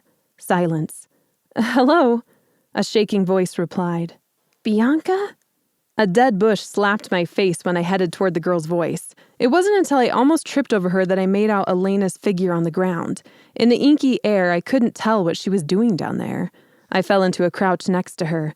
"Are you all right?" "I sprained my ankle running away," she whispered. "That thing sounds like it's going to eat us." "It won't." I put a hand on her shoulder. "Just stay here." "What are you doing?" I silenced her with a tight squeeze of my hand and turned toward the crunching branches. 10 paces. The thicker undergrowth of this area, probably a dried stream bank, had slowed it down. It was close, probably circling, scenting us out. Silence. I busied myself with gathering a bunch of pine needles, commanding them with a silent incantation while keeping my eyes up, glancing around despite the blackness that met me on every side. Elena grabbed my arm and pulled me close. "Are you crazy?" she whispered, so lightly I could barely hear it. "Get out of here while you can!" I ignored her. The pine needles congealed into a cool poultice in my palm. I wrapped it around her swollen ankle, the putty clinging to her skin like a slug. Within moments, her breathing evened. It would only take a few minutes to numb the pain. I grabbed my wooden club and straightened up again. A twig snapped to my right. I whirled around, rotting branch at the ready. Darkness. "Come on, mangy animal," I thought. "I want to live far more than you." Another twig snapped, and another. The huffing started again. The footfalls so close I could smell a rotten, musky odor. I lifted the branch so it hovered a few feet off the ground when a low growl sounded just a few steps away. The darkness hid her quarry. Then a stomp, a rustle, movement. The sounds faded, disappearing into the night. The creature was running away. 5 minutes later, and I could no longer hear it, even when I strained. I let out a heavy sigh and finally dropped the branch. My arms trembled. "It's gone," I announced in a quiet voice. Elena peered at me through the darkness. "What was it?" "I don't know." I helped pull her to her feet. The dirt shifted beneath her when she put weight on the offended ankle. "Thanks," she said. "It feels great now. I think I'll be able to walk." "Good." "What did you put on it?" "A little family secret my grandmother taught me. Are you going to be okay?" "Yes," she said a little too quickly. She cleared her throat. "I'll be fine. I still have to find my butterfly. You should go. I've kept you here long enough." I held out the thick wooden stick. "Here, take this with you. It'll give you some protection if you need it." Elena reached out and grabbed it. "Why are you doing this, Bianca?"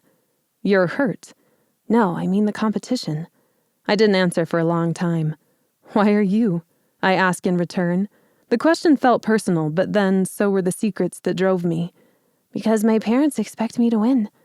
"You're only a second year." "That doesn't matter to them." Even though she couldn't see my eyes, I looked away, embarrassed at such a revealing response. She swallowed and let out a sigh. "It's all right. You don't have to tell me. I probably shouldn't have asked you anyway. For what it's worth, I think you're crazy to help someone that will just be working against you later." "Maybe," I thought. "No competition is worth losing my humanity over," I finally said. She didn't answer. I felt around and grabbed another fallen branch for myself. "Good luck, Elena." Her eyes were on my back as I left, even in a dark so thick. The cold began to wear into my bones. Every step felt like a grinder turning on my hips. The constant fear of unknown creatures made the rustle of a leaf sound like the rush of an attack. The jittery stress felt like it would age me 10 years in a single night. Each attempt to find the impression of the magic turned out fruitless and frustrating. The sting of a gash on my cheek reminded me to keep my arms in front of my face as I walked, if I didn't want to risk running into the sharp ends of trees. When a pine cone fell on my head, I whacked it away with a growl and a curse. It flared into a fireball on the ground, reduced to cinders in seconds. Miss Mabel had planned this on such a horrid night, of that I had no doubt. A cracking sound in the trees caught my attention. This time the noise wasn't loud, just a quiet breath of wind that didn't belong in the stillness. I groped forward to investigate, blind. A bulky silhouette leaked through the night. At first I thought of a misshapen tree. No, it was Michelle. Her legs trembled, tense and unmoving. A flicker of light came from the darkness. It started as a meandering dot and slowly grew. Then I noticed something glowing in her shaking, outstretched palm. My breath faltered. A glowworm. Michelle found or produced a glowworm to draw her butterfly in. "Brilliant," I whispered to myself. "She's got everyone fooled." I didn't wait around, struggling backward. Despite not being able to see, I started to run. My ankle twisted once, and I almost ran headfirst into a tree. Pausing only long enough to scoop fistfuls of dirt in each hand, I blundered on, repeating the incantation under my breath and letting the powder drift behind me. I tripped over a root and slammed into the ground with a thud that paralyzed my chest. The impact ricocheted through my ribs and down my spine, numbing my leg for a moment. I rolled onto my back with a gasp and struggled to breathe. A thin trail of dazzling blue powder caught my eye. Instead of fading into the sky, it stretched out, heading the opposite direction. I forced myself to my feet with a moan. Of course the revealing spell worked now that I'd almost crippled myself. The glittery mist ended at a wall of rock that gave way to a cave with clammy air. A muted glow came from the back and illuminated a corner. Hope filled my heart. What else would light up a cave in this dead forest? The corner turned into a room of glowing sea-green butterflies. Their wings fluttered. All of them were my butterfly. Nothing is ever what it seems. My jaw dropped. How would I find mine amongst hundreds? Michelle could be on her way back by now, butterfly in hand, trophy in her triumphant bag. A summoning spell, of course. I cast it without thinking. Seconds later, the ocean wall turned into a fluttering mess of sapphire and emerald. "Wait," I said, stepping back too late. "Wait, no." Boiling out of the wall with their filmy wings, they bolted toward me as one, sweeping around me in a tunnel of color. Light and wind tossed me, forming a tight cocoon. My hair danced around my face and eyes. "Stop!" They flew back to the wall, lining it with their shimmering wings as if they'd never left. One butterfly remained behind, settling on my shoulder. She waved her wings, an exact replica of another one on my knuckles. The sight of the hundreds of butterflies almost brought me to my knees. Too many. A winner is by no means a winner who does not win it all. A third butterfly came within a few inches of my face. Her gauzy wings whispered while she hovered there, bobbing up and down, sprouting an idea in my mind. Who does not win it all? Chapter 8. Overpowering. One of the first lessons Papa ever taught me rose from the depths of my mind. Overpowering another spell is one way to stop the magic or channel it into a different direction. It takes concentration and, depending on the magic used, power. Keep in mind that not every spell can be overpowered. "Follow me," I told them after casting a following incantation. They would obey as a group. The real test of my power came when I tried to find the one butterfly I had to return with. "We'll all go back." The butterflies peeled away from the cave wall, flying out in torrents that slowed to a graceful flutter, thousands of winking wings illuminating my path back to the school.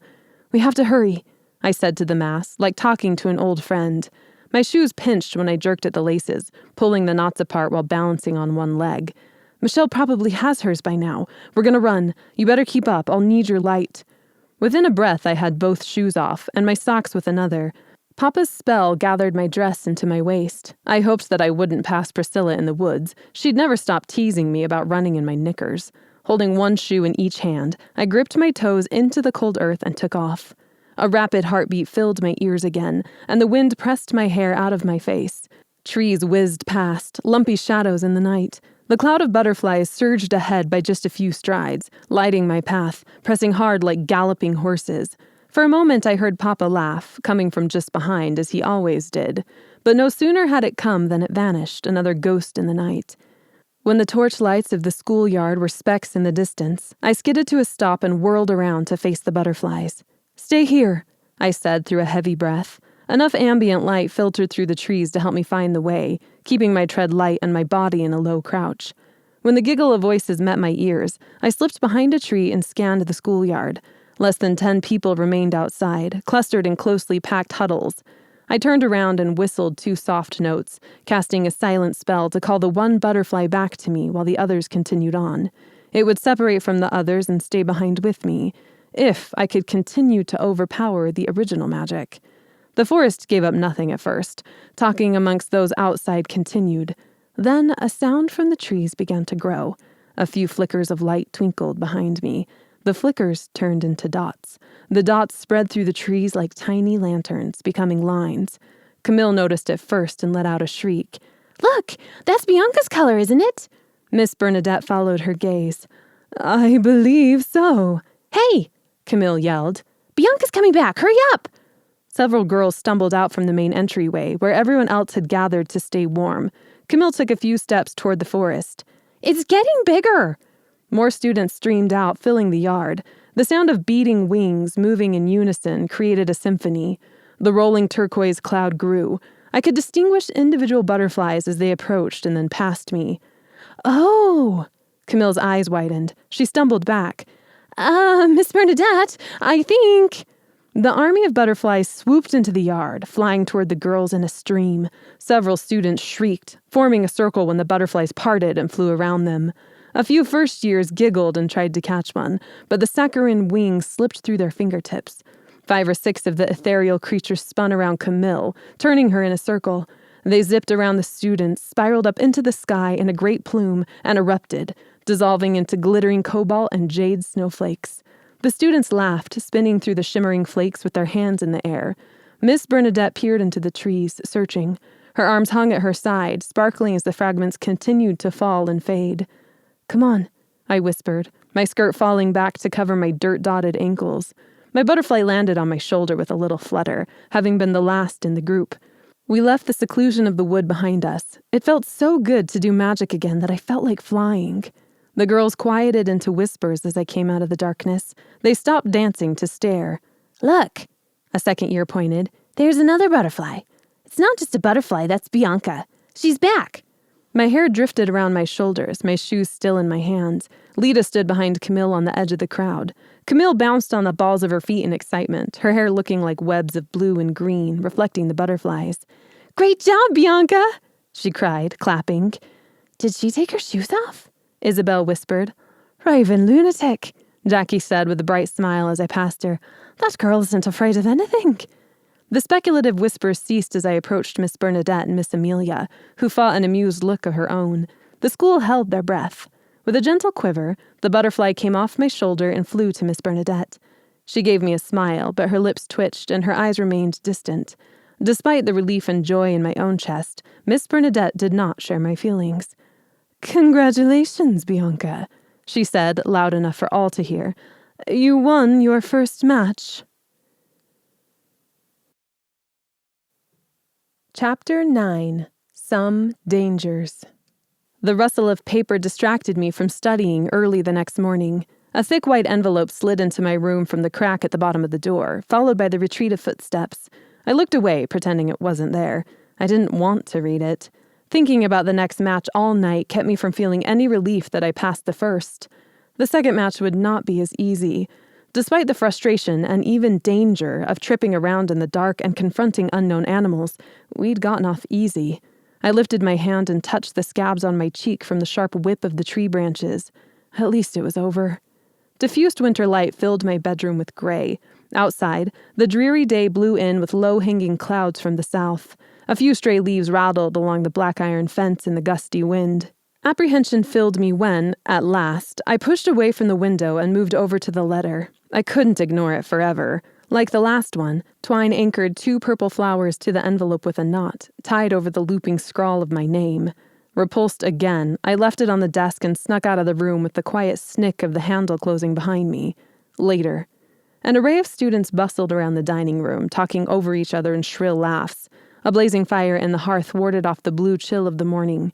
The smell of fresh bread filled the room. The nearest table of second years exploded into whispers when I passed by. "Can you believe she took her shoes off? All those butterflies? How did she do it?" I let them talk, acting as if I didn't hear. Camille and Lita saved me a place at the same long table on the right side of the room. Several parchments littered the table around Camille, and Lita had a few books opened in front of her. "No, Camille, that's not the right answer.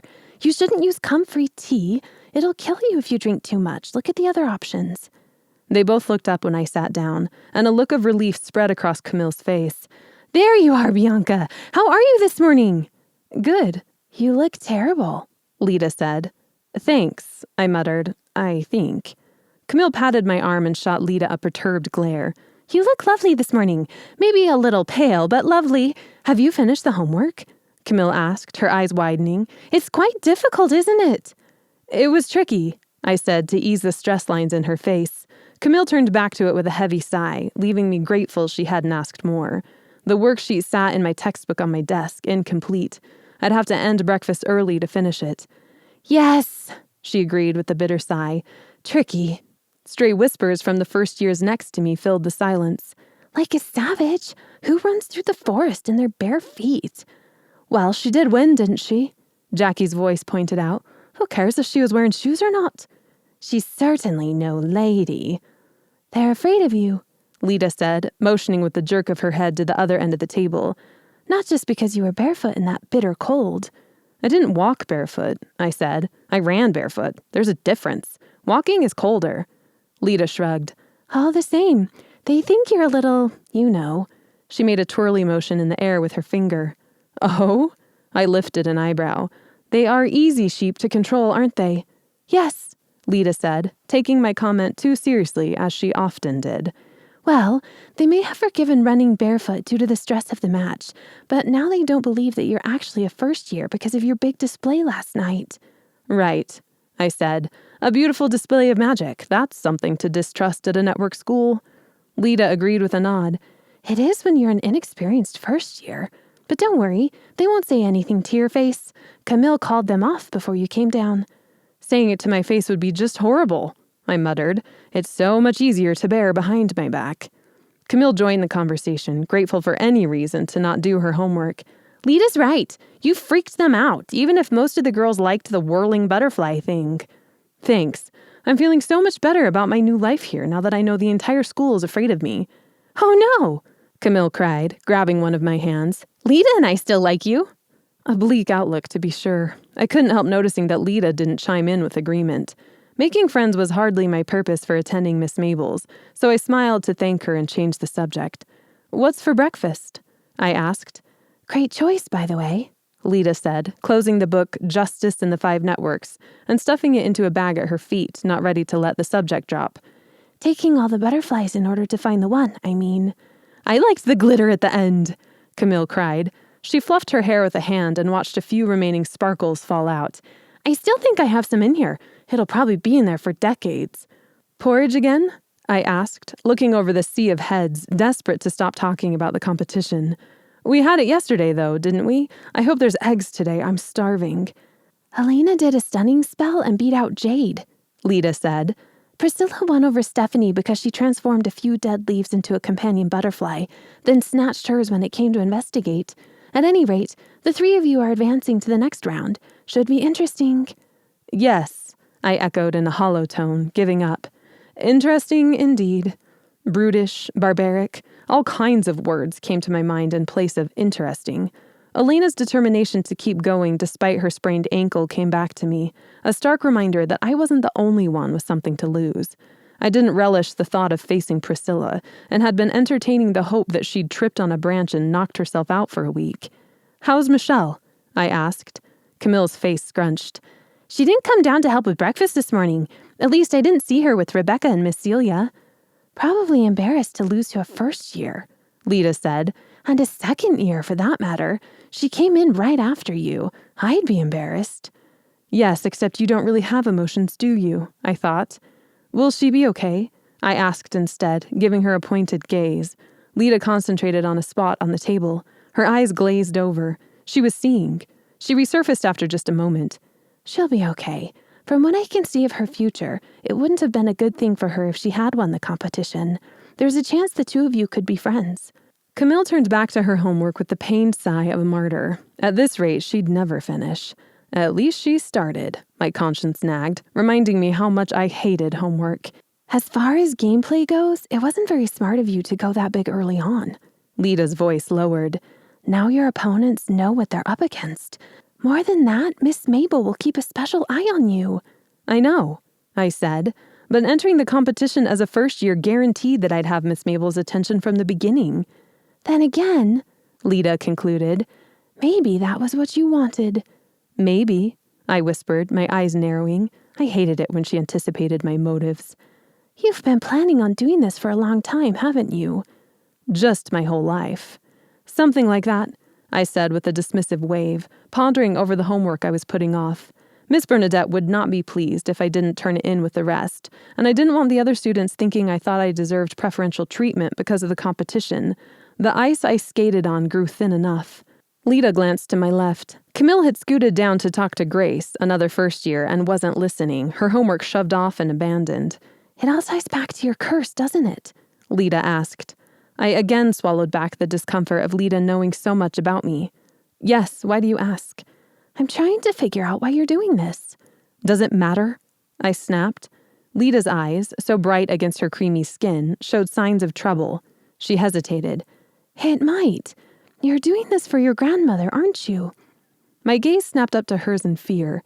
She had my total attention. I leaned forward, clutching the table. What have you seen? Is she okay? Nothing I can make sense of. It all comes in snippets and images. I've tried to keep away from your future, but for some reason I can't. You have an annoyingly strong presence, she muttered. The slow recovery of my heart made me feel weak and tired. Lita sagged back. All I can really do is tell you to be careful.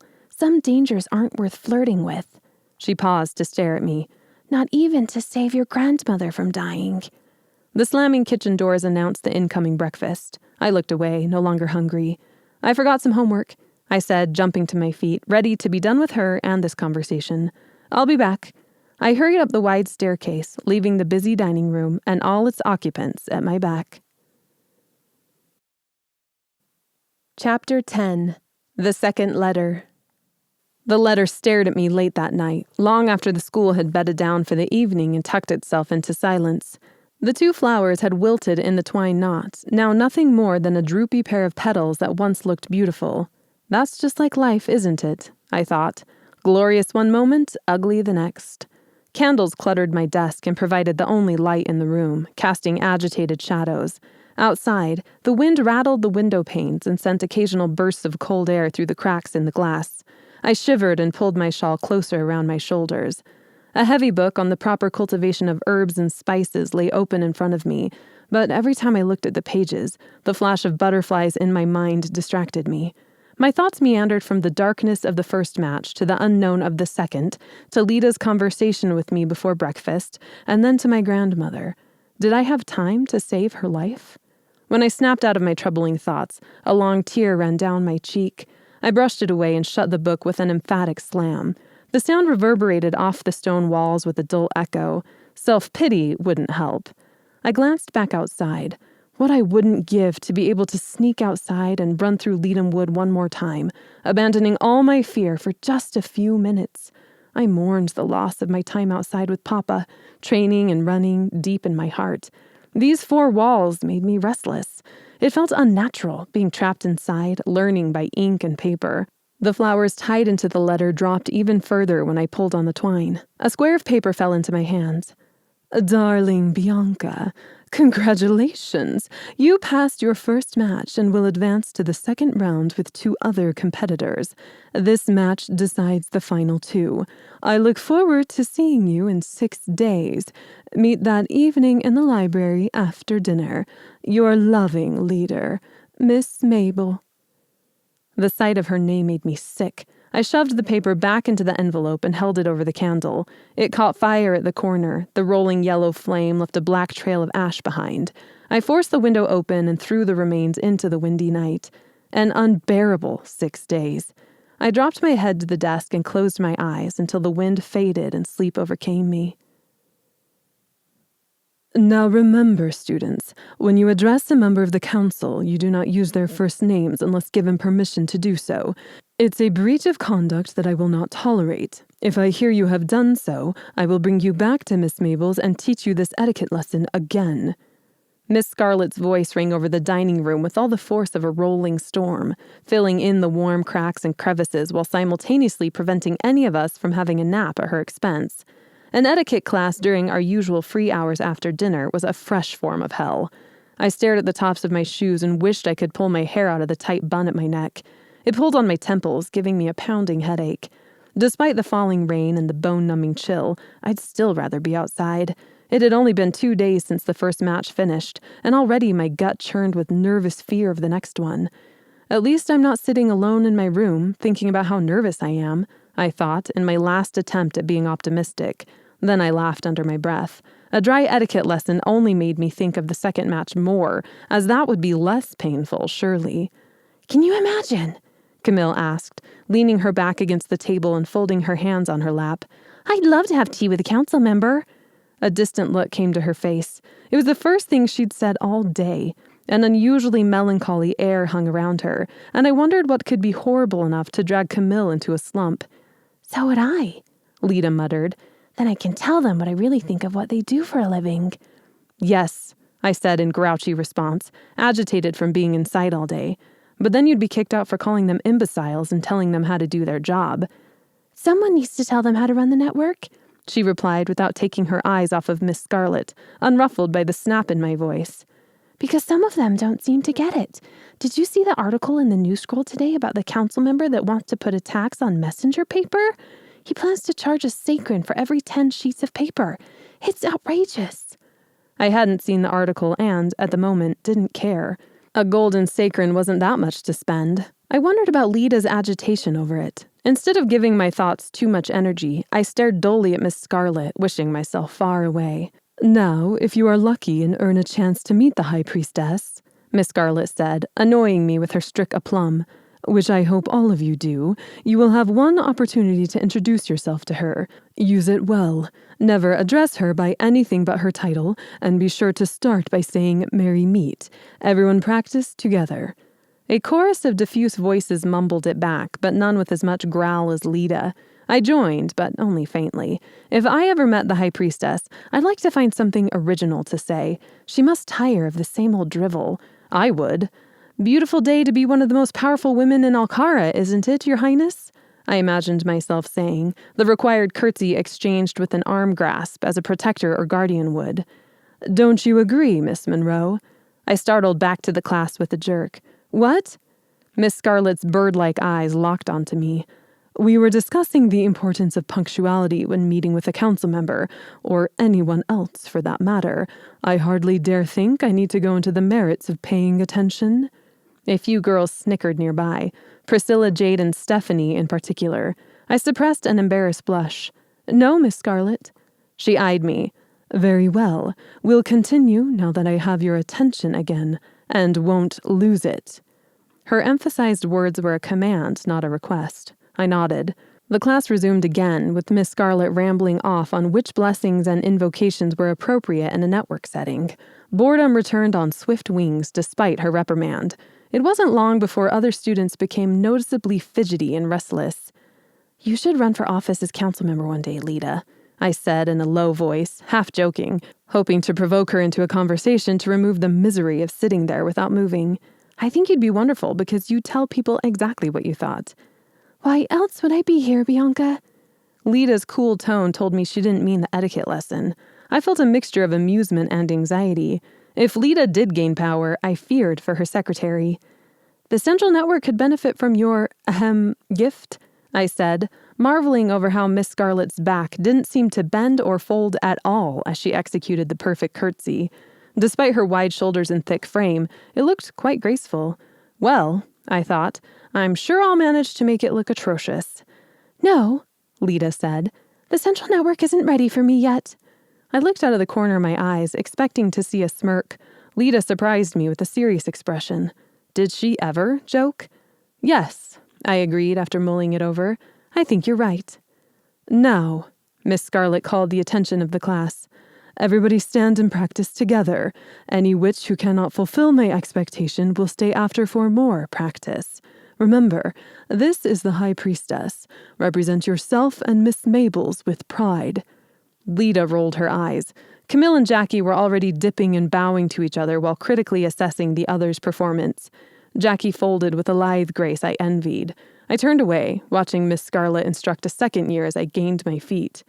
"Do adults really curtsy to the High Priestess?" I asked.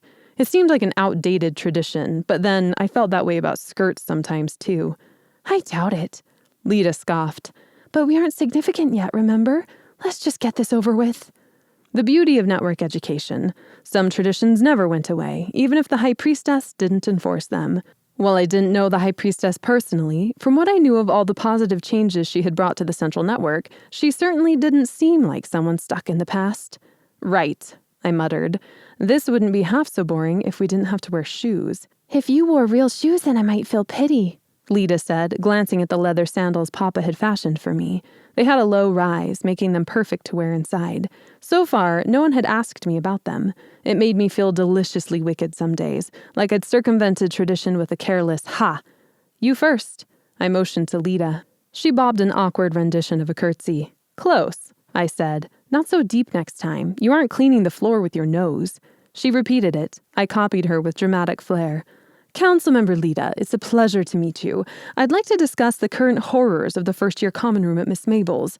My toes have massive splinters I can't seem to pluck out because of the deplorable floors." Camille sat back down on the bench and stared past us with a distant, sad expression. I recovered from my exaggerated curtsy and motioned to her with a jerk of my head, looking at Lida in question. Lida's face fell. She opened her mouth to explain, but stopped and shook her head.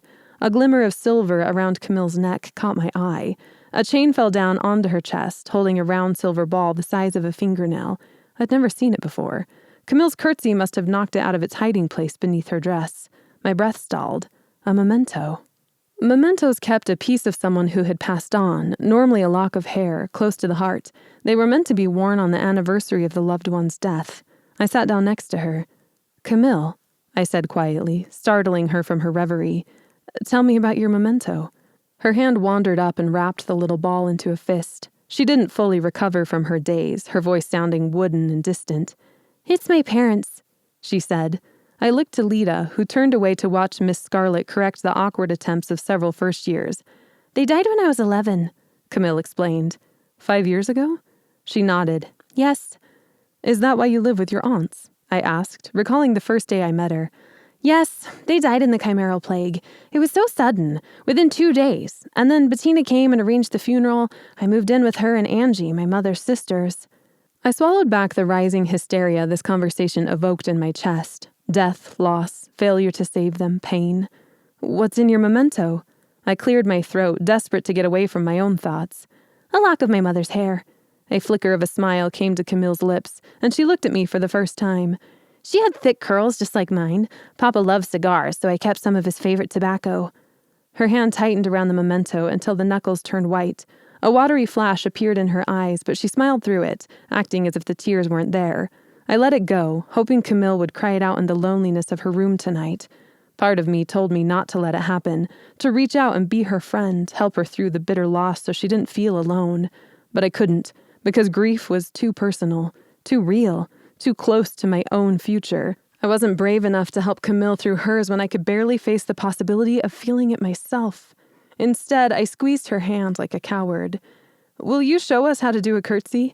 Lita and I did a horrid job, as you probably saw. Lita is going to go into politics, and she can't jeopardize her career because of a bad curtsy. Miss Scarlet is positive that one breach of etiquette will end it before it begins." "Of course," Camille brightened. "Bettina taught me how." We laughed and made a show of our exaggerated curtsies until Miss Scarlet called us back to order. The laughter and merry change in pace jarred the awful gloom in my heart as we sat back down, breathless and giggling. Then Miss Scarlet dismissed us with a wave of her hands, grateful to be done with us, and we all escaped to our freedom. A couple of days later, Camille fumed at the off-white square of paper in her hands with the cherry-red set of cheeks that made me laugh. "Ah!" she muttered. "It never works!" Miss Bernadette sat at her large desk in front of the class, grading papers and remaining purposefully oblivious to the struggling first years. A list of instructions on the board explained how to fold messenger paper into an envelope that would deliver itself. It was flighty stationery. Most girls that came from bigger villages already knew how to fold it because so much communication in the cities relied on messenger paper. Grandmother ran the tea and spice pantry in the small town of Bicker's Mill, which meant I'd been working with it since I could fold a straight line. The rest of the students who came from the smallest villages, like Lita and Camille, had never used it before. Camille frowned at her fourth misshapen page. "You'll get it," I said in an encouraging tone. "Try starting over again. I'm not sure that one will even fly." "Oh, my aunts can hang it. They never write me back anyway." "Do you have someone else you can send a letter to?" "No," she muttered, looking more flustered than ever. "Well, maybe Lita's mother. She likes me." Lita bent over her own letter, oblivious to the rest of the world and intent on her task. My envelope, addressed to my mother, tried to escape from the books I set on top of it. The desk jerked and spasmed, forcing me to hold onto the sides to keep from getting bucked out. Camille rolled her eyes, scrunched the paper into a ball, and flicked it off her desk. It flew to the other side of the room and circled around a few desks before landing in the fire. Camille perked up. "That's a good thing," I said, looking down to her other papers flopping on the floor. "At least that one flew somewhere." She perked up a little and started to the front of the room to get another one. Isabel, a first year with wide glasses that made her eyes as large as the circular lenses, distracted her with a question, and soon Camille was deep in conversation, her task forgotten. I eyed one of her discarded pieces on the floor. Although tattered and wrinkled, it may still fly. I picked it up and smoothed it out with the heel of my palm. After a quick check to make sure no one was paying attention, I started a second letter. "P, I miss you. I don't have a lot of time, but I'm okay. Things are going as they should. Lots of big tests to pass, another one tonight. I'm keeping track of the news, so be careful out there, please. Love, B. Camille returned to her desk when I started to fold the paper. By the time I finished, she'd plopped back into her chair and caught a glimpse of my letter. Oh, she cried, perplexed. You folded another one. How did you do it so fast? I shoved it under the textbooks with the other and attempted an innocent smile. Lucky, I guess. She didn't appear convinced. Luck, sure. Who's your letter to? You never mentioned any friends at home. Lita looked up now, almost complete with her third attempt. It was just about ready to fly, which made it squirmy. I stumbled for a viable response to satisfy their curious gazes. It's for a friend. At home? Yes. Surprised by my vehemence, Camille recoiled, suspicious. You must really miss them, she said slowly. Yes, I nodded, hoping it didn't come out strangled. I miss them a lot. Camille opened her mouth to say something else, but Miss Bernadette took her chance by calling out a warning for time. Frantic, Camille turned back to her letter, her hands flying with surprising speed. I held back my relieved breath and buried myself in a textbook before they could ask more questions. 10 minutes later, Miss Bernadette gave us permission to release the letters. A cloud of square papers of various sizes cluttered the air, flying in circles around our heads. A few of them straggled near the desks, flopping like dead fish in an attempt to fly, Camille's latest attempt included. When Miss Bernadette opened the window, the letters spilled out, fading into the blue sky.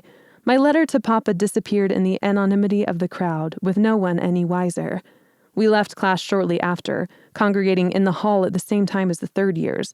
Priscilla sent me another false, cheery smile, to which I responded with a twiddle of my fingers, as if we were the best of friends. I can't wait until you crush her in the next match, Lita said under her breath when Priscilla disappeared with a smirking Jade in tow. That's all anyone talks about in the library anymore. Me as well, I said.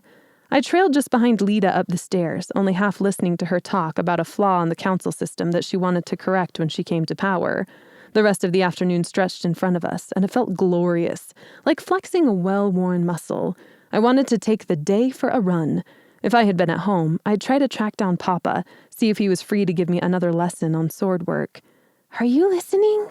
What? I asked, jerking to attention. Lita shot me a glare. Why isn't anybody interested in politics? She said with a hot breath and her usual annoyed eyebrow lift. Everyone spaces out when I talk about them. I'm listening now, promise. Too late, she said, throwing her bedroom door open. I'm done. Her door closed in my face with a final bang. I sighed, then turned to go to my own room, but a cry from some other first years stopped me in my tracks. Bianca, come join us! Camille beckoned me from one of the tables in the common room. I walked in to find Isabel setting out a couple of pieces of canvas and paper. I'm teaching Camille watercolor if you'd like to join, Isabel said. Miss Amelia ran a class on the weekend. She said I have a lot of talent and wants me to take the watercolor mark with her in a couple of years. Camille glowed with excitement, already rattling off on all her plans for the paper. Jackie sat at the window seat, shifting through a divination book and lounging against the wall in lazy feline grace. You can draw me a deck of diviner's cards, right, Izzy? Jackie asked, her lips pursed. I'd like to have my own, with pictures no one else will ever have. A one-of-a-kind original, something that would shock my grandmother. Of course. Isabel shrugged as if it wasn't a big deal. I plopped into a chair.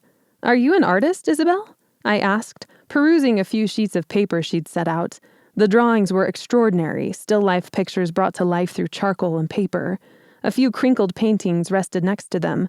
The bright, explosive colors startled me, a sharp contrast to the even tones of the drawings.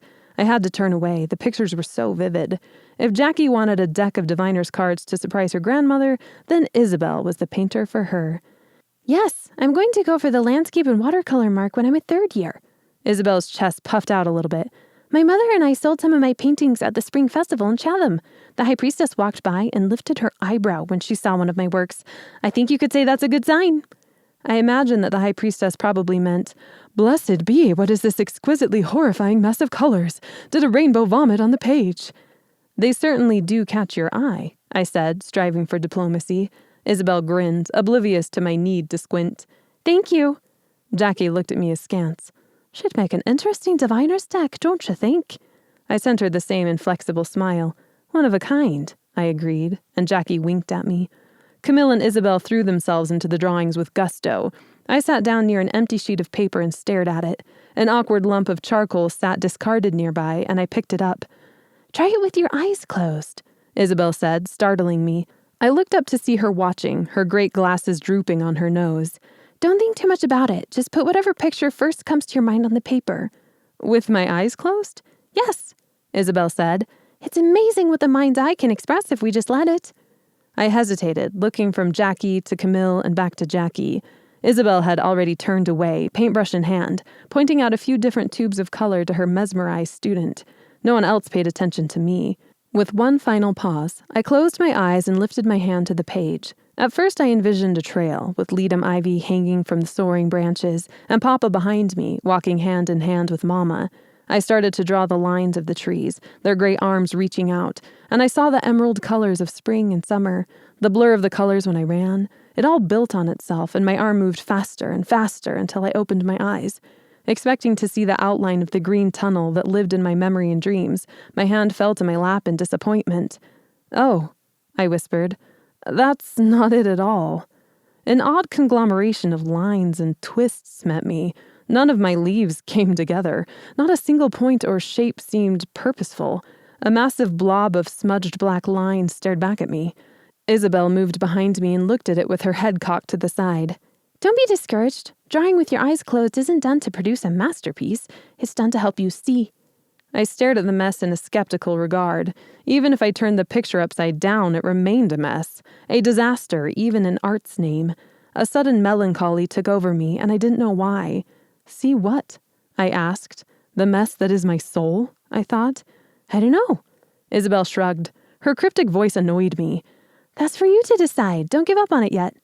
Jackie slinked over and stood behind my shoulder. "That looks like a raven," she said, motioning to a group of lines meant to be, I imagined, the thick overhead canopy. "Ravens are the harbinger of death, you know. At least in divination, when they stand alone like that." The words struck a nervous chord inside me. Harbinger of death. Jackie pushed against my shoulder with one hand. "You should let me do a reading with you one day," she said.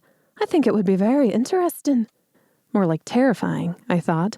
"Sure," I said, with more conviction than I felt, motioning toward Isabel with a nod of my head. "As soon as you get those diviner's cards." "Put it somewhere you can see it," Isabel instructed, shoving her glasses higher on her nose. "Sometimes the answer will come to you when you least expect it." Resisting the urge to crumple it and use it for fuel in the fire, I stood up from the chair. "Yes, Isabel, I'll do that. Thank you." Pleased again, and oblivious to the underlying tone of frustration in my voice, she returned to Camille's side. I took my appalling piece of art to my bedroom, and just to be contrary, tacked it on my wall where I'd see it every day.